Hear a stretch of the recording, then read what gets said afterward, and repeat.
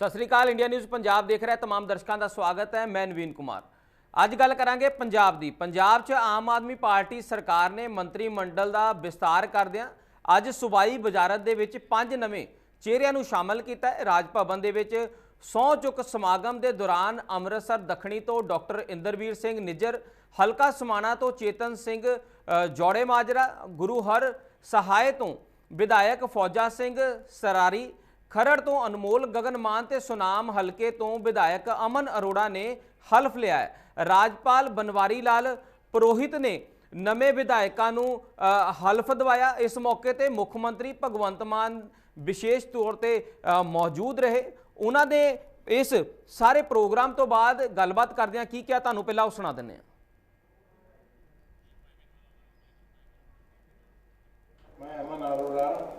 मैं अमन अरोड़ा ईश्वर की सौं चुकता हाँ कि जो कोई मामला पंजाब राज के कैबिनेट मंत्री वजों मेरे विचार अधीन लिया जाएगा या मैनू ज्ञात होगा, वो किसी व्यक्ति या व्यक्तियों नूं सिवाय उसके कि अजिहा कैबिनेट मंत्री वजों अपने कर्तव्यों के ठीक निभाउण लई अजिहा करना लोड़ींदा होवे, मैं सीधे या सीधे तौर पर ना दसांगा ना प्रगट करांगा। मैं चेतन सिंह जोड़ा माजरा ईश्वर की सौं चुकता हाँ कि जो कोई मामला पंजाब राज के कैबिनेट मंत्री वजों मेरे विचार अधीन लिया जाएगा या मैनू ज्ञात होगा, वो किसी व्यक्ति या व्यक्तियों नूं सिवाय होते कि अजिहे कैबिनेट मंत्री वजों अपने कर्तव्यों के ठीक निभाउण लई अजिहा करना लोड़ींदा होवे, मैं सीधे या असीधे तौर पर ना दसांगा ना प्रगट करांगा। मैं फौजा सिंह सरारी ईश्वर की सौं चुकता हाँ कि जो कोई मामला पंजाब राज के कैबिनेट मंत्री वजों मेरे विचार अधीन लिया जाएगा या मैनू ज्ञात होगा, वो किसी व्यक्ति या व्यक्तियों को सिवाए उसके कि अजिहे कैबिनेट मंत्री वजों अपने कर्तव्यों के ठीक निभाउण लई अजिहा करना लोड़ींदा होवे, मैं सीधे या असीधे तौर पर ना दसांगा ना प्रगट करांगा। मैं इंदरवीर सिंह निज्जर ईश्वर की सौं चुकता हाँ कि जो कोई मामला पंजाब राज के कैबिनेट मंत्री वजों मेरे विचार अधीन लिया जाएगा या मैनू ज्ञात होगा, वो किसी व्यक्ति या व्यक्तियों सिवाय उसके कि अजिहे कैबिनेट मंत्री वजों अपने कर्तव्यों के ठीक निभाउण लई अजिहा करना लोड़ींदा होवे, मैं सीधे या असीधे तौर पर ना दसांगा ना प्रकट करांगा। मैं अनमोल गगन मान ईश्वर की सौं चुकती हाँ जो कोई मामला पंजाब राज के कैबिनेट मंत्री वजों मेरे विचार अधीन लिया जाएगा या मैनू ज्ञात होगा, वो किसी व्यक्ति या व्यक्तियों सिवाय उसके कि जिन्हें कैबिनेट मंत्री वजों अपने कर्तव्यों के ठीक निभाउण लई अजिहा करना लोड़ींदा होवे, मैं सीधे या असीधे तौर पर ना दसांगी ना प्रगट करांगी।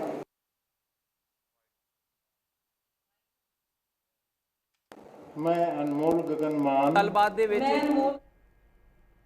साडे नाल जुड़े ने कांग्रेस पार्टी तो जसविंदर सेखावाला साडे नाल जुड़े ने, तुहाडा बहुत बहुत स्वागत है जी। आम आदमी पार्टी तो RPS मल्होत्रा साडे नाल जुड़े ने, मल्होत्रा साहब तुहाडा बहुत बहुत स्वागत है। BJP तो सुरिंदर कंवल साडे नाल जुड़े ने, कंवल जी तुहाडा बहुत बहुत स्वागत है। सो सारे जिहड़े साडे मेहमान ने उन्हां दे कोल आउण तो पहलां अज भगवंत मान ने की किया इस सारे प्रोग्राम तो बाद तुहानूं सुणा दिंदे।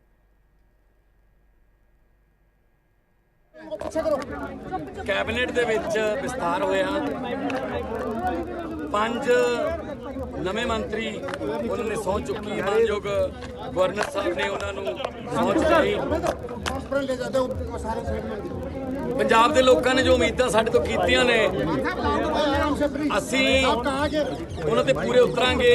मैनूं उम्मीद है मेरे सारे मंत्री जिहड़े ने वो ईमानदारी नाल ते पारदर्शिता नाल काम करनगे।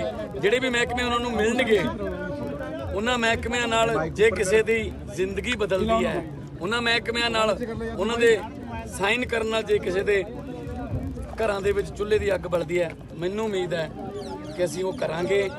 मैनूं मेरी कैबिनेट ते माण है, चाहे वो अमन अरोड़ा जी ने, चाहे फौजा सिंह जी ने, चाहे चेतन जौड़ माजरा ने, चाहे डॉक्टर निज्जर ने, चाहे अनमोल गगन मान है। मैं ਇਹੀ ਉਮੀਦ ਕਰਦਾ ਕਿ ਉਹ ਜੋ ਜ਼ਿੰਮੇਵਾਰੀ ਉਹਨਾਂ ਨੂੰ ਮਿਲੂਗੀ ਉਹਨੂੰ ਨਿਭਾਉਣਗੇ। ਤੇ ਮੇਰੇ ਤੇ ਕਾਫੀ ਬੋਝ ਹੈ ਕਿਉਂਕਿ ਮੇਰੇ ਕੋਲ ਬਹੁਤ ਜ਼ਿਆਦਾ ਮਹਿਕਮੇ ਨੇ। ਸੋ ਮੈਂ ਇਹ ਨਹੀਂ ਕਰਦਾ ਕਿ ਮਲਾਈਦਾਰ ਜਾਂ ਫਲਾਈਦਾਰ ਉਹ ਤਾਂ ਪਹਿਲਾਂ ਹੁੰਦੇ ਸੀ ਇਹਨਾਂ ਦੇ ਚੰਗੇ ਚੰਗੇ ਮਹਿਕਮੇ ਇਹਨਾਂ ਨੂੰ ਦੇਵਾਂਗੇ। ਸਰ ਪੋਰਟਫੋਲੀਓ ਕਦ ਤੱਕ ਮਿਲ ਜਾਣਗੇ? ਕੱਲ੍ਹ ਜਾਂ ਪਰਸੋਂ ਤੱਕ। ਕੱਲ੍ਹ ਜਾਂ ਪਰਸੋਂ। ਸਰ ਨਵੇਂ ਡੀਜੀਪੀ ਲਗਾਏ ਗਏ ਨੇ, ਉਹਨਾਂ ਬਾਰੇ ਦੱਸ ਦਿਓ ਜ਼ਰਾ। ਪ੍ਰਸ਼ਾਸਨ ਚੇਂਜ ਹੁੰਦਾ ਰਹਿੰਦਾ। ਸਾਡੇ ਵੱਲੋਂ ਜਿਹੜੇ ਮੰਤਰੀ ਲਗਾਏ ਗਏ ਨੇ ਉਹ ਆਪਣਾ ਕੰਮ ਜਿਹੜਾ ਨੇ ਇਮਾਨਦਾਰੀ ਦੇ ਨਾਲ ਕਰਨਗੇ। ਸੋ ਸਭ ਤੋਂ ਪਹਿਲਾਂ ਕਾਂਗਰਸ ਪਾਰਟੀ ਤੋਂ ਜਸਵਿੰਦਰ ਸੇਖਾਵਾਲਾ। ਜਸਵਿੰਦਰ ਜੀ, ਤੁਸੀਂ ਮੰਤਰੀ ਮੰਡਲ ਦੇ ਇਸ ਵਿਸਤਾਰ ਨੂੰ ਕਿਸ ਤਰ੍ਹਾਂ ਦੇਖਦੇ ਹੋ?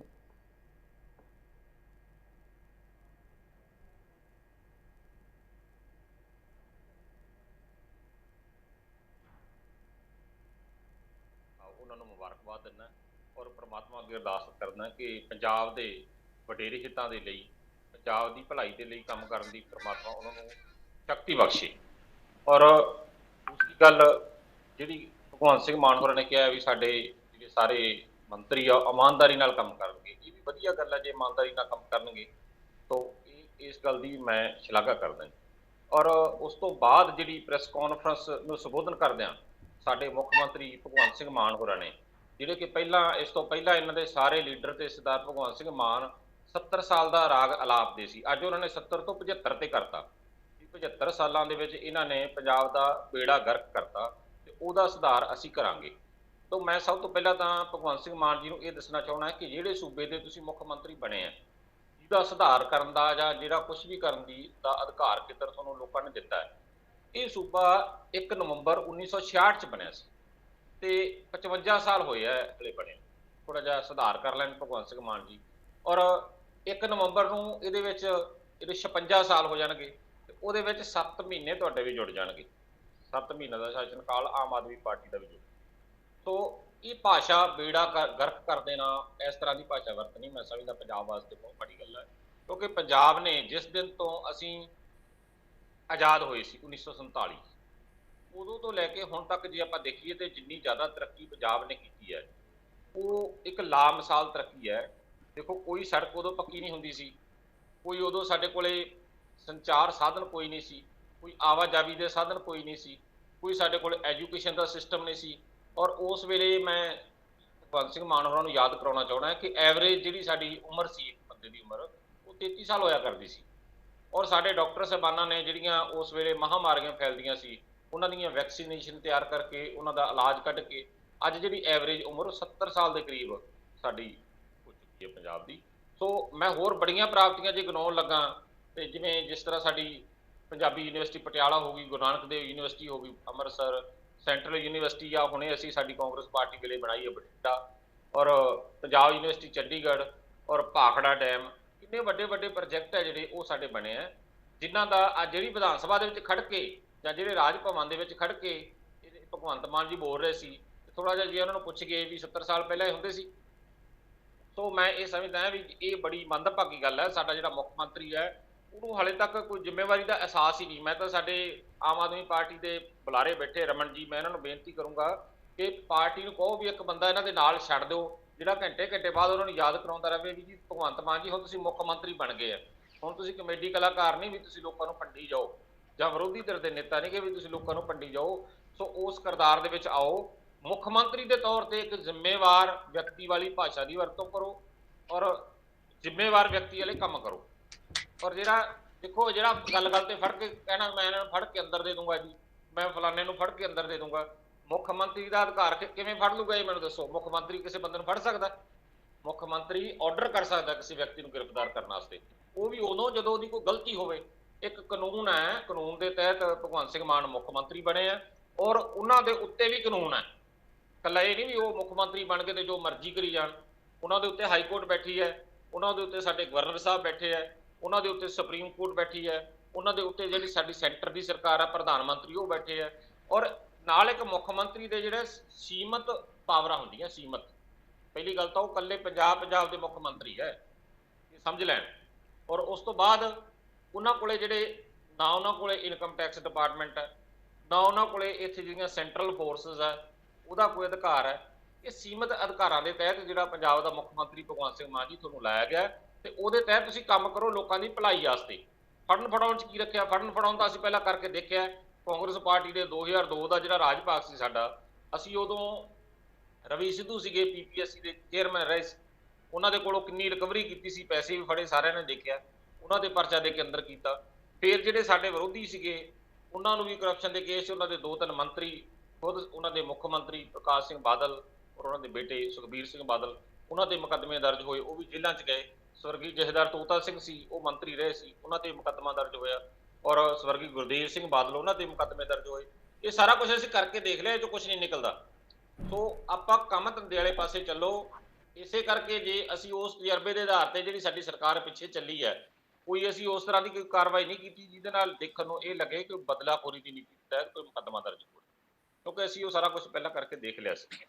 ਸੋ ਇਹਨਾਂ ਗੱਲਾਂ ਦੇ ਵਿੱਚੋਂ ਬਾਹਰ ਨਿਕਲੋ ਤੇ ਕੰਮ ਧੰਦੇ ਵਾਲੇ ਪਾਸੇ ਚੱਲੋ। ਮੈਂ ਹੁਣ ਜੇ ਨਵੇਂ ਸਾਡੇ ਬਣੇ ਮੰਤਰੀ ਸਾਹਿਬ, ਉਹਨਾਂ ਨੂੰ ਨਾਲ ਨਾਲ ਵਧਾਈ ਵੀ ਦਿੰਦਾ ਤੇ ਨਾਲ ਅੱਜ ਇਹ ਬੇਨਤੀ ਵੀ ਕਰੂੰਗਾ ਕਿ ਕਿਸੇ ਚੰਗੇ, ਜਿਵੇਂ ਸਾਡੀਆਂ ਸਿਹਤ ਸਹੂਲਤਾਂ ਹੈ, ਸਭ ਤੋਂ ਪਹਿਲਾਂ ਹੁੰਦੀ ਹੈ ਰੋਟੀ, ਕੱਪੜਾ ਔਰ ਮਕਾਨ।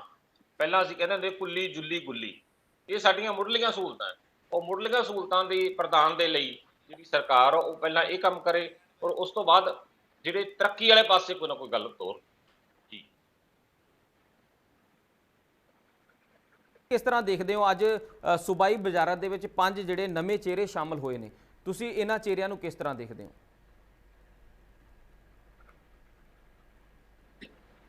ਆਵਾਜ਼ ਕੱਟੀ ਗਈ, ਕਿੰਨਾਂ ਨੂੰ ਪੁੱਛਿਆ ਤੁਸੀਂ? ਜੀ ਤੁਸੀਂ ਸੁਣ ਪਾ ਰਹੇ ਹੋ ਮੈਮ? ਹਾਂਜੀ ਹਾਂਜੀ ਬਿਲਕੁਲ। ਮੇਰਾ ਸਵਾਲ ਸੀ ਕਿ ਮੰਤਰੀ ਮੰਡਲ ਦੇ ਵਿੱਚ ਜਿਹੜਾ ਵਿਸਤਾਰ ਹੋਇਆ, ਸੂਬਾਈ ਵਜ਼ਾਰਤ ਦੇ ਵਿੱਚ 5 ਨਵੇਂ ਚਿਹਰੇ ਸ਼ਾਮਲ ਹੋਏ ਨੇ ਅੱਜ, ਤੁਸੀਂ ਇਹਨਾਂ ਨੂੰ ਕਿੱਦਾਂ ਦੇਖਦੇ ਹੋ? ਬਿਲਕੁਲ ਬੜੀ ਅੱਛੀ ਗੱਲ ਹੈ, ਵਿਸਥਾਰ ਹੋਣਾ ਚਾਹੀਦਾ। ਜਦੋਂ ਸਰਕਾਰਾਂ ਬੜੀਆਂ ਤੇ ਵਿਸਥਾਰ ਵੀ ਹੋਣਗੇ। ਇਹ ਸਾਰੇ ਮਸਲਿਆਤ ਜਿਹੜੇ ਨੇ ਗਵਰਨੈਂਸ ਦੇ ਚੱਲਣ ਵਾਲੇ ਪਹਿਲੂਆਂ ਦੇ ਵਿੱਚ ਆਉਂਦੇ ਨੇ, ਇਹ ਹੋਣਾ ਹੀ ਆ। ਮੇਨ ਜਿਹੜੀਆਂ ਗੱਲਾਂ ਇਹ ਨੇ ਕਿ ਵਿਸਥਾਰ ਜਦੋਂ ਲੈ ਰਹੇ ਨੇ, ਇਹ ਉਦੋਂ ਜਿਹੜਾ ਐਕਸਪੀਰੀਅੰਸ ਹੋਲਡਰ ਲੋਕ ਨੇ ਉਹਨਾਂ ਨੂੰ ਧਿਆਨ 'ਚ ਨਹੀਂ ਰੱਖਿਆ ਜਾ ਰਿਹਾ। ਇਹ ਸਭ ਤੋਂ ਵੱਡੀ ਆਪ ਦੀ ਤਰਾਸਦੀ ਚੱਲ ਰਹੀ ਹੈ, ਕਿਉਂਕਿ ਪੰਜਾਬ ਦੇ ਖੇਤਰ ਨੂੰ ਇਹਨਾਂ ਨੇ ਐਕਸਪੀਰੀਅੰਸ ਲੈਣ ਦਾ ਅਖਾੜਾ ਸਮਝ ਕੇ ਰਾਜਨੀਤੀ ਵੱਲ ਤੁਰੇ ਹੋਏ ਨੇ, ਜਿਹਦੀ ਵਜ੍ਹਾ ਕਰਕੇ ਪੇਤਲਾਪਨ ਜਿਹੜਾ ਵਾ ਉਹ ਕੰਮਾਂ ਦੇ ਵਿੱਚ ਆਊਗਾ ਹੀ ਆਊਗਾ, ਜੋ ਹੁਣ ਤੱਕ ਆਪਾਂ ਪਿਛਲੇ 3 ਮਹੀਨਿਆਂ ਦੇ ਕਾਰਜਕਾਲ ਦੇ ਵਿੱਚ ਵੇਖਿਆ ਵਾ। ਜਿਹੜੀ ਕਿ ਮੇਨ ਚੀਜ਼ ਜਿਹੜੀ, ਕਿਉਂਕਿ ਦੇਖੋ ਰਾਜਨੀਤੀ ਇੱਕ ਇਹੋ ਜਿਹਾ ਵਿਸ਼ਾ ਵਾ ਜਿਸ ਵਿਸ਼ੇ ਦੇ ਲਈ ਜੇਕਰ ਅਸੀਂ ਤੁਰਦੇ ਹਾਂ ਤਾਂ ਇਹਦੀਆਂ ਬਰੀਕੀਆਂ ਨੂੰ ਸਮਝਣ ਦੇ ਲਈ ਸਾਨੂੰ ਸਮਾਂ ਚਾਹੀਦਾ ਵਾ। ਬਿਲਕੁਲ ਨਵੇਂ ਨਕੋਰ ਚਿਹਰੇ ਜਿਹੜੇ ਨੇ ਉਹ ਲੈ ਕੇ ਆਉਣੇ, ਇਹ ਇੰਜ ਲੱਗਦਾ ਵਾ ਕਿ ਅਸੀਂ ਮਤਲਬ ਜਾਂ ਇਹ ਕਹਿ ਰਹੀਏ ਕਿ ਪੰਜਾਬ ਦੀ ਧਰਾਤਲ ਨੂੰ ਇੱਕ ਸਿਰਫ ਐਕਸਪੀਰੀਅੰਸ ਦੇ ਮੋੜ ਦੇ ਨਾਲ ਦੇਖਣਾ ਉਸ ਪੋਲਿਟਿਕਸ ਨੂੰ, ਤੇ ਦੂਸਰਾ ਜਿਹੜੀਆਂ ਗਲਤੀਆਂ ਦੀਆਂ ਸੰਭਾਵਨਾਵਾਂ ਨੂੰ ਜ਼ਿਆਦਾ ਕ੍ਰੀਏਟ ਰੱਖਣਾ ਤਾਂ ਕਿ ਪੰਜਾਬ ਦੀ ਇਸ ਰਾਜਨੀਤੀ ਦੇ ਵਿੱਚ ਕੁਝ ਮਸਾਲੇਦਾਰ ਚੱਲਦਾ ਰਹੇ। ਕਿਉਂਕਿ ਪਿਛਲੇ 3 ਮਹੀਨਿਆਂ ਦੇ ਦੌਰਾਨ ਜੇਕਰ ਅਸੀਂ ਕਹੀਏ ਅਨਮੋਲ ਗਗਨ ਮਾਨ ਹੋਰਾਂ ਦੀਆਂ ਗੱਲਾਂ ਨੂੰ ਜਾਂ ਕੁਝ ਹੋਰ ਜਿਹੜੇ ਵਿਸ਼ੇਸ਼ ਲੋਕ ਨੇ, ਅੱਛੀ ਗੱਲ ਆ, ਅੱਗੇ ਆਉਣਾ ਚਾਹੀਦਾ ਵਾ, ਲੇਕਿਨ ਅਨਐਕਸਪੀਰੀਅੰਸ ਲੋਕਾਂ ਦੇ ਹੱਥ ਇਹ ਸਾਰੀਆਂ ਚੀਜ਼ਾਂ ਦੇਣੀਆਂ, this is bad for the politics. ਮੈਂ ਇਸ ਚੀਜ਼ ਨੂੰ ਮੰਨਦੀ ਹਾਂ ਇਸ ਢੰਗ ਦੇ ਨਾਲ। ਬਾਕੀ ਉਹਨਾਂ ਦੇ ਅੰਦਰਲੇ ਸਿਸਟਮ ਨੇ, ਉਹ ਕਿਹਨੂੰ ਕੁਝ ਦੇਣਾ ਚਾਹੁੰਦੇ ਨੇ, ਕਿਹਨੂੰ ਕੁਝ ਨਹੀਂ ਦੇਣਾ ਚਾਹੁੰਦੇ।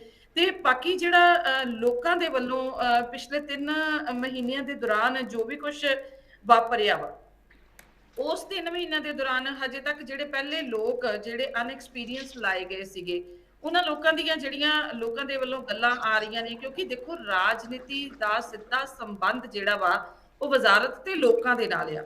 ਜੇਕਰ ਅਸੀਂ ਲੋਕਾਂ ਨੂੰ ਮਾਈਨਸ ਕਰਦੇ ਹਾਂ, ਕਿਉਂਕਿ ਤੁਸੀਂ ਸੋਸ਼ਲ ਮੀਡੀਆ ਸਾਰਾ ਚੈੱਕ ਕਰਕੇ ਦੇਖੋ, ਉਹਦੇ ਵਿੱਚ ਕੁਮਰ ਵਿਜੇ ਪ੍ਰਤਾਪ ਸਿੰਘ ਦੀ ਗੱਲ, ਫਿਰ ਜਿਹੜੇ ਵੱਡੇ ਬੰਦੇ ਸੀਗੇ ਜਿਨ੍ਹਾਂ ਨੇ ਵੱਡੇ ਬੋਰਡ ਜਿਹੜੇ ਢਾਏ ਸੀਗੇ, ਉਹਨਾਂ ਨੂੰ ਕਿਤੇ ਵੀ ਨਹੀਂ ਰੱਖਿਆ ਜਾ ਰਿਹਾ।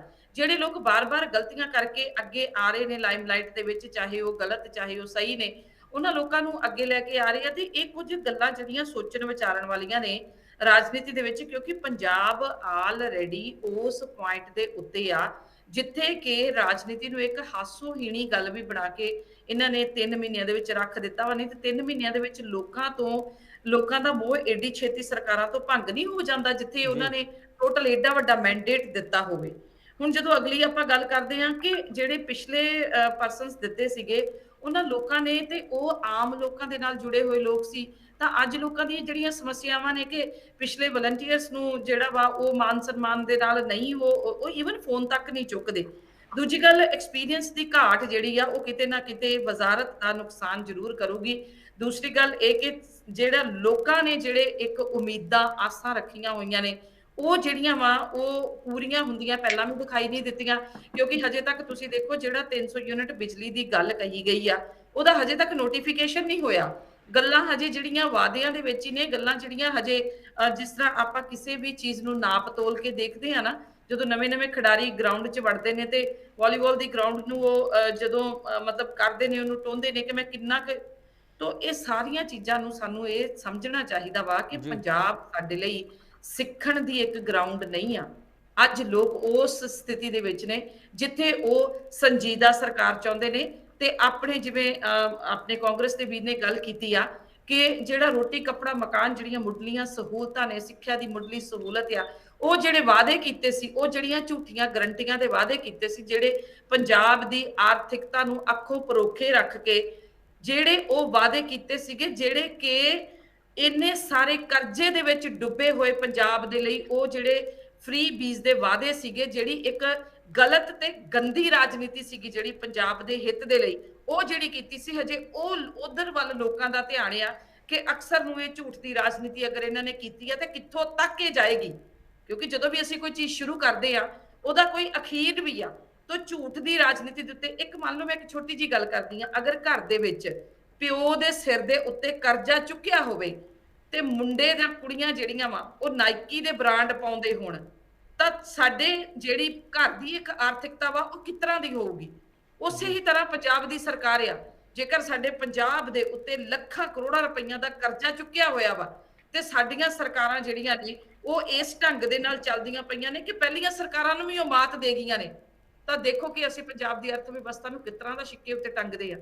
ਤਾਂ ਫਿਰ ਉਸ ਤੋਂ ਬਾਅਦ ਇਸ ਤਰ੍ਹਾਂ ਦੇ ਅਨਐਕਸਪੀਰੀਅੰਸ ਲੋਕ ਜਿਹੜੇ ਨੇ ਉਹ ਅੱਗੇ ਲਿਆਏ ਜਾ ਰਹੇ ਨੇ। ਤੁਸੀਂ ਦੇਖੋ, ਸਾਡੇ ਕੋਲ ਐਕਸਪੀਰੀਅੰਸ ਲੋਕ ਵੀ, ਬੀਬੀ ਬਲਜਿੰਦਰ ਕੌਰ ਪਿਛਲੇ ਕਾਰਜਕਾਲ ਦੇ ਵਿੱਚ ਸੀਗੇ, ਬੀਬੀ ਮਾਣੂਕੇ ਪਿਛਲੇ ਕਾਰਜਕਾਲ ਦੇ ਵਿੱਚ ਸੀਗੇ, ਬਹੁਤ ਸਾਰੇ ਸਾਡੇ ਮੰਤਰੀ, ਬਹੁਤ ਸਾਰੇ ਸਾਡੇ ਐਮਐਲਏਸ ਨੇ ਜਿਹੜੇ ਪਿਛਲੇ ਕਾਰਜਕਾਲ ਦੇ ਵਿੱਚ 5 ਸਾਲ ਦੇ ਵਿੱਚ ਉਹਨਾਂ ਦੇ ਕੋਲ ਅੱਛੀ ਵਿਧਾਨ ਸਭਾ ਚਲਾਉਣ ਦਾ ਜਾਂ ਉਹਨਾਂ ਦੇ ਕੋਲ ਇਹ ਵੋਟਿੰਗ ਸਿਸਟਮ ਚਲਾਉਣ ਦਾ ਜਾਂ ਰਾਜਨੀਤੀ ਚਲਾਉਣ ਦਾ ਤਜਰਬਾ ਵਾ ਘੱਟੋ ਘੱਟ 5 ਸਾਲ ਦਾ। ਤਾਂ ਲੇਕਿਨ ਅਸੀਂ ਉਹਨਾਂ ਚੀਜ਼ਾਂ ਨੂੰ ਮੱਦੇਨਜ਼ਰ ਨਹੀਂ ਰੱਖ ਰਹੇ। ਤੋ ਅੱਜ ਜਿਹੜੀ ਸਥਿਤੀ ਆ ਉਹ ਪੰਜਾਬ ਦੇ ਲੋਕ ਜਿਹੜੇ ਨੇ, ਜਿਹੜੇ ਢੰਗ ਨਾਲ ਸੋਚ ਰਹੇ ਨੇ, ਕਿਉਂਕਿ ਮਨਮਾਨੇ ਦੀ ਸਥਿਤੀ ਆ।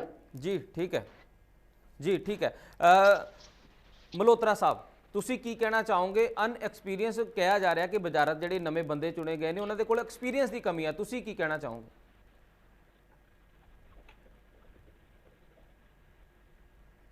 देखो नवीन जी, आज भगवंत मान कैबिनेट की पहली एक्सपेंशन हुई हैगी है। पहला 9 मिनिस्टर सीगे, अज 5 होर आपां देखिया ऐड हुए हैं, टोटल 14 हो गए हैं। और ये यूथ और एक्सपीरियंस का बहुत सुंदर सुमेल हैगा और कोशिश की गई है कि समाज के जिहड़े तबके पहला बाहर रह गए सी उन्हां नूं भी नाल जोड़िया जाए।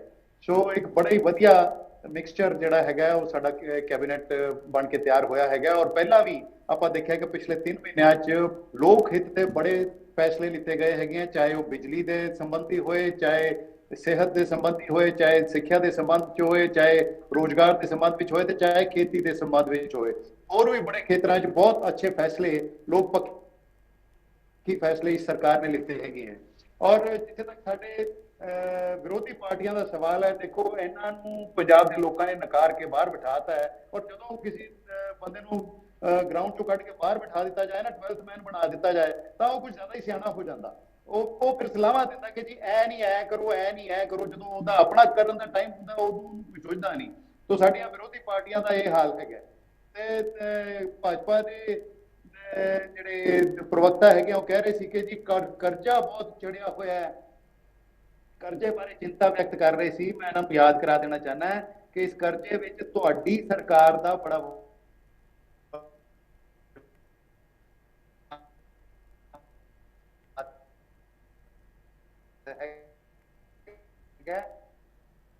ਮਲਹੋਤਰਾ ਸਾਹਿਬ, ਤੁਹਾਡੀ ਆਵਾਜ਼ ਤੁਹਾਡੀ ਕੱਟ ਰਹੀ ਹੈ। ਰੱਜ ਕੇ ਟੁੱਟਿਆ ਹੈਗਾ, ਕਾਂਗਰਸ ਦਾ ਵੀ ਪੂਰਾ ਹੱਥ ਹੈ, ਪਰ ਤੁਹਾਡੀ ਸਰਕਾਰ ਦਾ ਵੀ ਸਾਰਾ ਰਾਜ ਰਿਹਾ, 10 ਸਾਲ ਕਾਂਗਰਸ ਦਾ ਰਿਹਾ ਹੈਗਾ। ਸੋ ਇਸ ਵਿੱਚ ਤੁਹਾਡੀ ਕੰਟਰੀਬਿਊਸ਼ਨ ਵੀ ਪੂਰੀ ਹੈਗੀ ਹੈ। ਔਰ ਸਰ ਆਈ ਥਿੰਕ ਹੁਣ ਆ ਰਹੀ ਹੈ ਜੀ ਆਵਾਜ਼? ਜੀ ਆਵਾਜ਼ ਤੁਹਾਡੀ ਨੈਟਵਰਕ ਦੀ ਸ਼ਾਇਦ ਪ੍ਰੋਬਲਮ ਆ ਰਹੀ ਹੈ, ਆਵਾਜ਼ ਕੱਟ ਰਹੀ ਤੁਹਾਡੀ। ਆਵਾਜ਼ ਆ ਰਹੀ ਹੈ ਜੀ? ਜੀ ਹੁਣ ਆ ਰਹੀ ਹੈ ਜੀ। ਜੀ ਨਵੀਨ ਜੀ, ਮੈਂ हाँ जी, हुण आ रही है आवाज? जी ਹੁਣ ਆ ਰਹੀ ਹੈ ਜੀ ਮੈਂ ਤੁਹਾਡੇ ਕੋਲ ਆ नवीन जी ਰਿਹਾ आवाज आ रही? जी ਆ ਰਹੀ ਹੈ ਆ ਰਹੀ ਹੈ। हाँ जी। और देखो कैबिनेट विच किनू लेना है किनू नहीं लेना, क्योंकि आप मुख मंत्री नूं जवाबदेह मंनदे आ तां मुख मंत्री दा ही प्रेरोगेटिव हुंदा कि वो किस नूं सूटेबल समझदा हैगा। और मैं समझदा कि बहुत ही सही उन्होंने चुनाव, देखो जिहड़े पुराने साडे MLA सीगे, चाहे वो चीमा साहब है, चाहे वो मीत हेयर हैगे हैं, चाहे अमन अरोड़ा जी हैं, उन्होंने भी लिता है, ते नवे ਜਿਹੜੇ MLAs ਹੈਗੇ ਆ ਉਹਨਾਂ ਨੂੰ ਵੀ ਲਿੱਤਾ ਹੈ, ਚਾਹੇ ਯੂਥ ਹੈਗਾ ਉਹਨੂੰ ਵੀ ਲਿੱਤਾ ਹੈਗਾ, ਤੇ ਜਿਹੜੇ ਐਕਸਪੀਰੀਅੰਸ ਲੋਕ ਹੈਗੇ ਆ ਉਹਨਾਂ ਨੂੰ ਵੀ ਲਿੱਤਾ ਹੈਗਾ। ਸੋ ਇੱਕ ਬੜਾ ਸੋਹਣਾ ਗੁਲਦਸਤਾ ਉਹਨਾਂ ਨੇ ਤਿਆਰ ਕੀਤਾ ਹੈਗਾ। ਔਰ ਜਿੱਥੇ ਤੱਕ ਇੱਕ ਤਜਰਬੇ ਦੀ ਗੱਲ ਹੈਗੀ ਹੈ, ਸਾਡੇ ਵਿਰੋਧੀ ਅਕਸਰ ਕਹਿੰਦੇ ਕਿ ਜੀ ਆਮ ਆਦਮੀ ਪਾਰਟੀ ਦੀ ਸਰਕਾਰ ਨੂੰ ਤਜਰਬਾ ਨਹੀਂ। ਉਸ ਤਜਰਬੇ ਨੂੰ ਕੀ ਕਰਨਾ ਹੈ ਜਿਹੜਾ ਤਜਰਬਾ ਪੰਜਾਬ ਨੂੰ ਲੁੱਟਣ ਲਈ ਇਸਤੇਮਾਲ ਹੋਣਾ ਹੈ।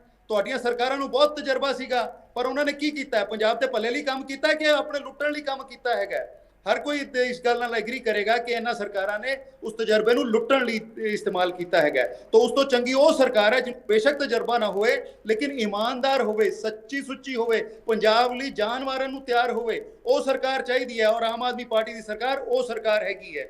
और जसविंदर जी गल्लां कर रहे सी कि जी 75 साल नहीं होए जनाब, पंजाब ऑफिशियली हिंदुस्तान दे नक्शे ते 1947 तो हैगा, उस तो बाद ठीक है हरियाणा बनया, हिमाचल बनया, पर पंजाब 1947 तो है। सो अज तुसी हिसाब लाओ तो 75 साल जाते हैं सर। और कह रहे सी कि भी भगवंत मान जी कहते ਜਿਹੜੇ ਪੰਜਾਬ ਦੇ ਮੁੱਖ ਮੰਤਰੀ ਭਗਵੰਤ ਮਾਨ ਹੈ ਨਾ, ਉਹਨੂੰ ਵਾਲੇ 56 ਸਾਲ ਹੋਏ ਆ। एक मिनट प्लीज मैनू फिनिश कर लैण दिओ। भगवंत मान जी कह रहे सी कि जी पुरानियां सरकारां ने पंजाब दा बेड़ा गर्क करता ते उन्हां नूं इह भाषा नहीं इस्तेमाल करनी चाहिदी। मैं बड़ी कोशिश कीती कि कोई ऐसा शब्द लभां जिहड़ा कि इस चीज़ नूं बेहतर तरीके नाल कह सके, पर मैनूं लभ्या नहीं। जे जसविंदर जी नूं कोई इहो जिहा शब्द लभदा है जिहड़ा कि बेड़ा गर्क करन नूं कोई वधिया तरीके नाल कह सके तो मैं इन्हां नूं कहांगा कि सानूं प्लीज़ दस देण। जी जसविंदर जी मैं तुहाडे कोल आ रहा। जसविंदर जी तुसीं इस गल दा जवाब देना चाहोगे? हाँ जी बिल्कुल जी, क्योंकि देखो जी गल मैं एक तो ये कह रहा सी कि ਜਿਹੜੇ सूबे के मुख मंत्री इस वक्त भगवंत सिंह मान जी बने जी, वो 1961 ਦੇ ਵਿੱਚ ਬਣਿਆ ਸੀ, 1 ਨਵੰਬਰ 1966 और ਉਹਨੂੰ ਅੱਜ ਬਣੇ ਨੂੰ 55 ਸਾਲ ਹੀ ਹੋਏ ਆ। और दूसरी गल ਜਿਹੜੀ ਇਹ कह रहे है ਸਾਡੇ आम आदमी पार्टी ਦੇ ਬੁਲਾਰੇ, और ਇਹਨਾਂ ਨੇ बड़े तैश ਦੇ ਵਿੱਚ ਆ ਕੇ ਵੀ ਗੱਲਾਂ ਕੀਤੀਆਂ कि देखो जी रूलिंग पार्टी है जिहदे हत्थ दे विच साडे 3 करोड़ लोगों का भविख है, उन्होंने कदे तैश दे विच नहीं आना चाहिए और पूरे ठंडे दिमाग दे नाल, क्योंकि बहुत वड्डा छोटी जी गल ना बहुत वड्डा नुकसान हो सकता है, बहुत वड्डी जिम्मेवारी है। सो इस तरह की जिहड़ी भाषा वरतनी ते फिर उन्होंने दे बुला रहे ने तायद करना, ये उदों ही माड़ी गल है। ये कहना कि नहीं जी इदू तो होर कोई लफ्ज ही नहीं लभदा। मैं जी गल कह रहा है, देखो तुसी ये कहते भी तुसी तां कीता ही कुछ नहीं जी। मैं ये कहना है कि देखो परमात्मा ना करे, परमात्मा ना करे जिस तरह की आफत पिछले समय च साडी सरकार दे दौरान करोना वाली आफत आई सी ते लॉकडाउन हो गया, सब तो वधिया जे सूबा वधिया प्रशासन चलिया, उस दौरान साडियां फसलां भी आईयां 2 वो भी विकियां और फसलों के दौरान कोई बंदा बीमार नहीं होया। और जिस तरह के नाल लॉकडाउन सी और जरूरी वस्तां जिहड़ी मैं कुल्ली जुल्ली गुल्ली की गल कीती है, रोटी कपड़ा और मकान जी और नाल दवाइयां उहदी सप्लाई जिस ढंग नाल करो करी कांग्रेस की सरकार ने कीती ते कोई ब्लैक मार्केटिंग नहीं हुई। ते मैं ये गल शर्त ला के कह सकदा है जे किते हुण जिहड़ी आ सरकार होण है, जे किते कोई रब ना करे इस तरह की आफत आ जाए, तुसी ये देखो जे दुध ही 1000 रुपये लीटर दुध मिलूगा लोगों को, 1000 रुपये लीटर, क्योंकि इन्होंने पता ही कुछ नहीं सप्लाई किवें करनी है। यही जिहड़ियां सब्जियां जिहड़े रेट सब्जी आम विकदी सी उदों सस्ती सब्जी लोगों के घरां दे विच पहुंचाई कांग्रेस पार्टी ने, ते 2-2000 रुपये किलो सब्जी मिलूगी घरां च लोगों को। जिस तरह आम सूबियां दे विच जदों आपां सुणिया सी ना, जदों इधर हड़ आए सी, अपने लोग गए सी बाहर ते हड़ आए सी, ਤਾਂ ਉੱਥੇ ਲੋਕਾਂ ਨੇ ਸੁਣਿਆ ਸੀ ਨਾ ਵੀ ਪਾਣੀ ਦੀ ਬੋਤਲ ਆ ਜਿਹੜੀ 5-500 ਰੁਪਏ ਦੀ ਵਿਕੀ ਸੀ, ਕਿਉਂਕਿ ਉੱਥੇ ਸਰਕਾਰਾਂ ਦਾ ਕੰਟਰੋਲ ਹੈ ਨਹੀਂ ਸੀ। ਸਾਡੇ ਇਹ ਕਰੋਨਾ ਕਾਲ ਦੇ ਵਿੱਚ ਸਰਕਾਰ ਦਾ ਕੰਟਰੋਲ ਸੀ। ਔਰ ਸਭ ਤੋਂ ਘੱਟ ਜਿਹੜਾ ਨੁਕਸਾਨ ਹੋਇਆ ਇਹ ਦਿੱਲੀ ਮਾਡਲ ਕਰੀ ਜਾਂਦੇ ਆ। ਦਿੱਲੀ ਦੇ ਲੋਕ ਸੜਕਾਂ ਤੇ ਪਏ ਆਕਸੀਜਨ ਵੱਲੋਂ ਮਰਦੇ ਆਪਾਂ ਦੇਖਿਆ ਟੀਵੀ ਤੇ। ਔਰ ਦਿੱਲੀ ਦੇ ਲੋਕਾਂ ਨੇ, ਮੈਂ ਤੁਹਾਨੂੰ ਇੱਕ ਜਾਣਕਾਰੀ ਵਾਸਤੇ ਦੱਸ ਦਿਆਂ ਜਦੋਂ ਪ੍ਰਬੰਧ ਦੇਖਿਆ ਪੰਜਾਬ ਦਾ, ਤੇ ਤੁਸੀਂ ਜਾ ਕੇ ਮੋਹਾਲੀ ਕਦੇ ਤੁਸੀਂ ਆਪਣੇ ਚੈਨਲ ਵੱਲੋਂ ਸਪੈਸ਼ਲ ਇੱਕ ਮੈਂ ਸਮਝਦਾ ਵੀ ਇੱਕ ਡਾਕੂਮੈਂਟਰੀ ਬਣਾਓ ਇਸ ਗੱਲ ਤੇ ਕਿ ਮੋਹਾਲੀ ਦੇ ਵਿੱਚ ਜਿਹੜੇ ਬੰਦੇ ਸਰਦੇ ਪੁੱਜਦੇ ਸੀ ਦਿੱਲੀ ਵਾਲੇ, ਉਹਨਾਂ ਨੇ ਬਹੁਤ ਜ਼ਿਆਦਾ ਘਰਾਂ ਨੇ ਮੋਹਾਲੀ ਦੇ ਵਿੱਚ ਫਲੈਟ ਲਏ ਆ, ਤਾਂ ਕਿ ਜੇ ਕੋਈ ਇਸ ਤਰ੍ਹਾਂ ਦੀ ਗੱਲ ਆਵੇ ਕੱਲ ਨੂੰ ਅਸੀਂ ਆ ਕੇ ਇੱਥੇ ਰਹਿ ਸਕੀਏ ਤੇ ਆਪਣਾ ਇਲਾਜ ਕਰਾ ਸਕੀਏ। ਜੀ ਦਿੱਲੀ ਦੇ ਲੋਕਾਂ ਨੇ ਮੈਕਸਿਮਮ ਇਲਾਜ, ਤੁਸੀਂ ਇਹ ਅੰਕੜੇ ਮੌਜੂਦ ਹੈ, ਕੋਈ ਉਹਨੂੰ ਆਪਾਂ ਹਟਾ ਨਹੀਂ ਸਕਦੇ, ਦਿੱਲੀ ਦੇ ਲੋਕਾਂ ਨੇ ਇੱਥੇ ਆ ਕੇ ਇਲਾਜ ਕਰਾਇਆ ਜੀ। ਠੀਕ ਹੈ, ਉਹ ਇਸ ਕਰਕੇ ਦਿੱਲੀ ਮਾਡਲ ਰਾਗ ਲਾਪਣਾ ਬੰਦ ਕਰਨ, ਔਰ ਜਿਹੜਾ ਪੰਜਾਬ ਦੇ ਵਿੱਚ ਹਮੇਸ਼ਾ ਪੰਜਾਬ ਮਾਡਲ ਹੀ ਲਾਗੂ ਹੋ ਸਕਦਾ ਹੈ, ਕਿਉਂਕਿ ਇੱਥੋਂ ਦੇ ਲੋਕਾਂ ਦਾ ਕਲਚਰ ਦਿੱਲੀ ਨਾਲੋਂ ਬਿਲਕੁਲ ਅਲੱਗ ਹੈ। ਦਿੱਲੀ ਤਾਂ ਜੇਬ ਕਤਰੇ ਬਹੁਤ ਹੈ, ਅਸੀਂ ਇੱਥੇ ਲੈ ਆਵਾਂਗੇ ਜੇਬ ਕਤਰਿਆਂ ਨੂੰ। ਦਿੱਲੀ ਦੇ ਵਿੱਚ ਤਾਂ ਮਹਾਮਾਰੀ ਬਹੁਤ ਹੈ, ਉਹ ਅਸੀਂ ਇੱਥੇ ਲੈ ਆਵਾਂਗੇ।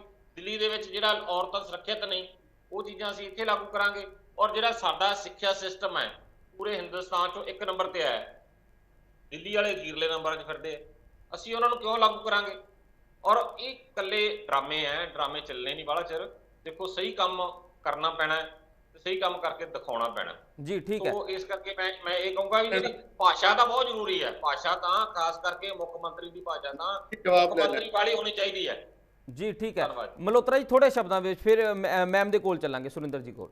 ਇਹ ਗੱਲ ਕਿਸੇ ਤੋਂ ਛੁਪੀ ਹੈ ਕਿ ਪਿਛਲੇ 20 ਸਾਲਾਂ ਵਿੱਚ ਪੰਜਾਬ ਨੂੰ ਭ੍ਰਿਸ਼ਟਾਚਾਰ ਦੇ ਰਾਹੀਂ ਰੱਜ ਕੇ ਲੁੱਟਿਆ ਗਿਆ ਹੈ, ਔਰ ਉਸ ਵਿੱਚ ਇਹਨਾਂ ਦੇ ਔਰ ਅਕਾਲੀ ਦੇ ਮਿਨਿਸਟਰਸ MLAs ਸਾਰੇ ਸ਼ਾਮਿਲ ਸੀ।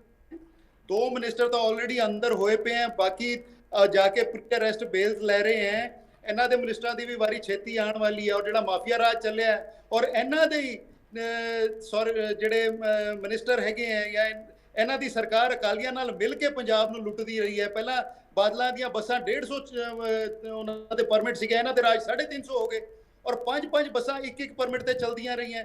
ਫਿਰ ਹੋਰ ਜਿਹੜਾ ਖਜ਼ਾਨਾ ਲੁੱਟਿਆ ਗਿਆ ਔਰ ਕਰਜ਼ਾ ਐਡਾ 3.25 ਲੱਖ ਕਰੋੜ ਚੜ ਗਿਆ ਹੈ, ਉਸ ਨੂੰ ਕੀ ਅਸੀਂ ਬੇੜਾ ਗਰਕ ਕਰਨਾ ਨਹੀਂ ਕਵਾਂਗੇ? ਉਹਦੇ ਲਈ ਹੋਰ ਕਿਹੜਾ ਨਰਮ ਸ਼ਬਦ ਵਰਤੀਏ? ਔਰ ਇਹ ਕਹਿੰਦੇ ਜੀ ਉਸ ਚੋਂ ਨਿਕਲਦਾ ਕੁਝ ਨਹੀਂ। ਔਰ ਜਨਾਬ ਜਦੋਂ 2-4 ਅੰਦਰ ਹੁੰਦੇ ਹੈ ਨਾ, ਸਜ਼ਾ ਮਿਲਦੀ ਹੈ, ਸਭ ਕੁਝ ਸਹੀ ਹੋ ਜਾਂਦਾ ਹੈ। ਸੋ ਇਹ ਨਾ ਸਮਝੋ ਜਿਵੇਂ ਤੁਸੀਂ ਅਕਾਲੀਆਂ ਨਾਲ ਮਿਲੇ ਪਏ ਸੀ ਤੇ ਇੱਕ ਦੂਜੇ ਨੂੰ ਛੱਡ ਦਿੰਦੇ ਸੀ ਤੇ ਆਮ ਆਦਮੀ ਪਾਰਟੀ ਦੀ ਸਰਕਾਰ ਵੀ ਛੱਡ ਦੂਗੀ। ਇੱਕ ਐਕਸ਼ਨ ਹੋਊਗਾ, ਜਿਸ ਨੇ ਪੰਜਾਬ ਨੂੰ ਲੁੱਟਿਆ ਉਹਨੂੰ ਅੰਦਰ ਕੀਤਾ ਜਾਏਗਾ।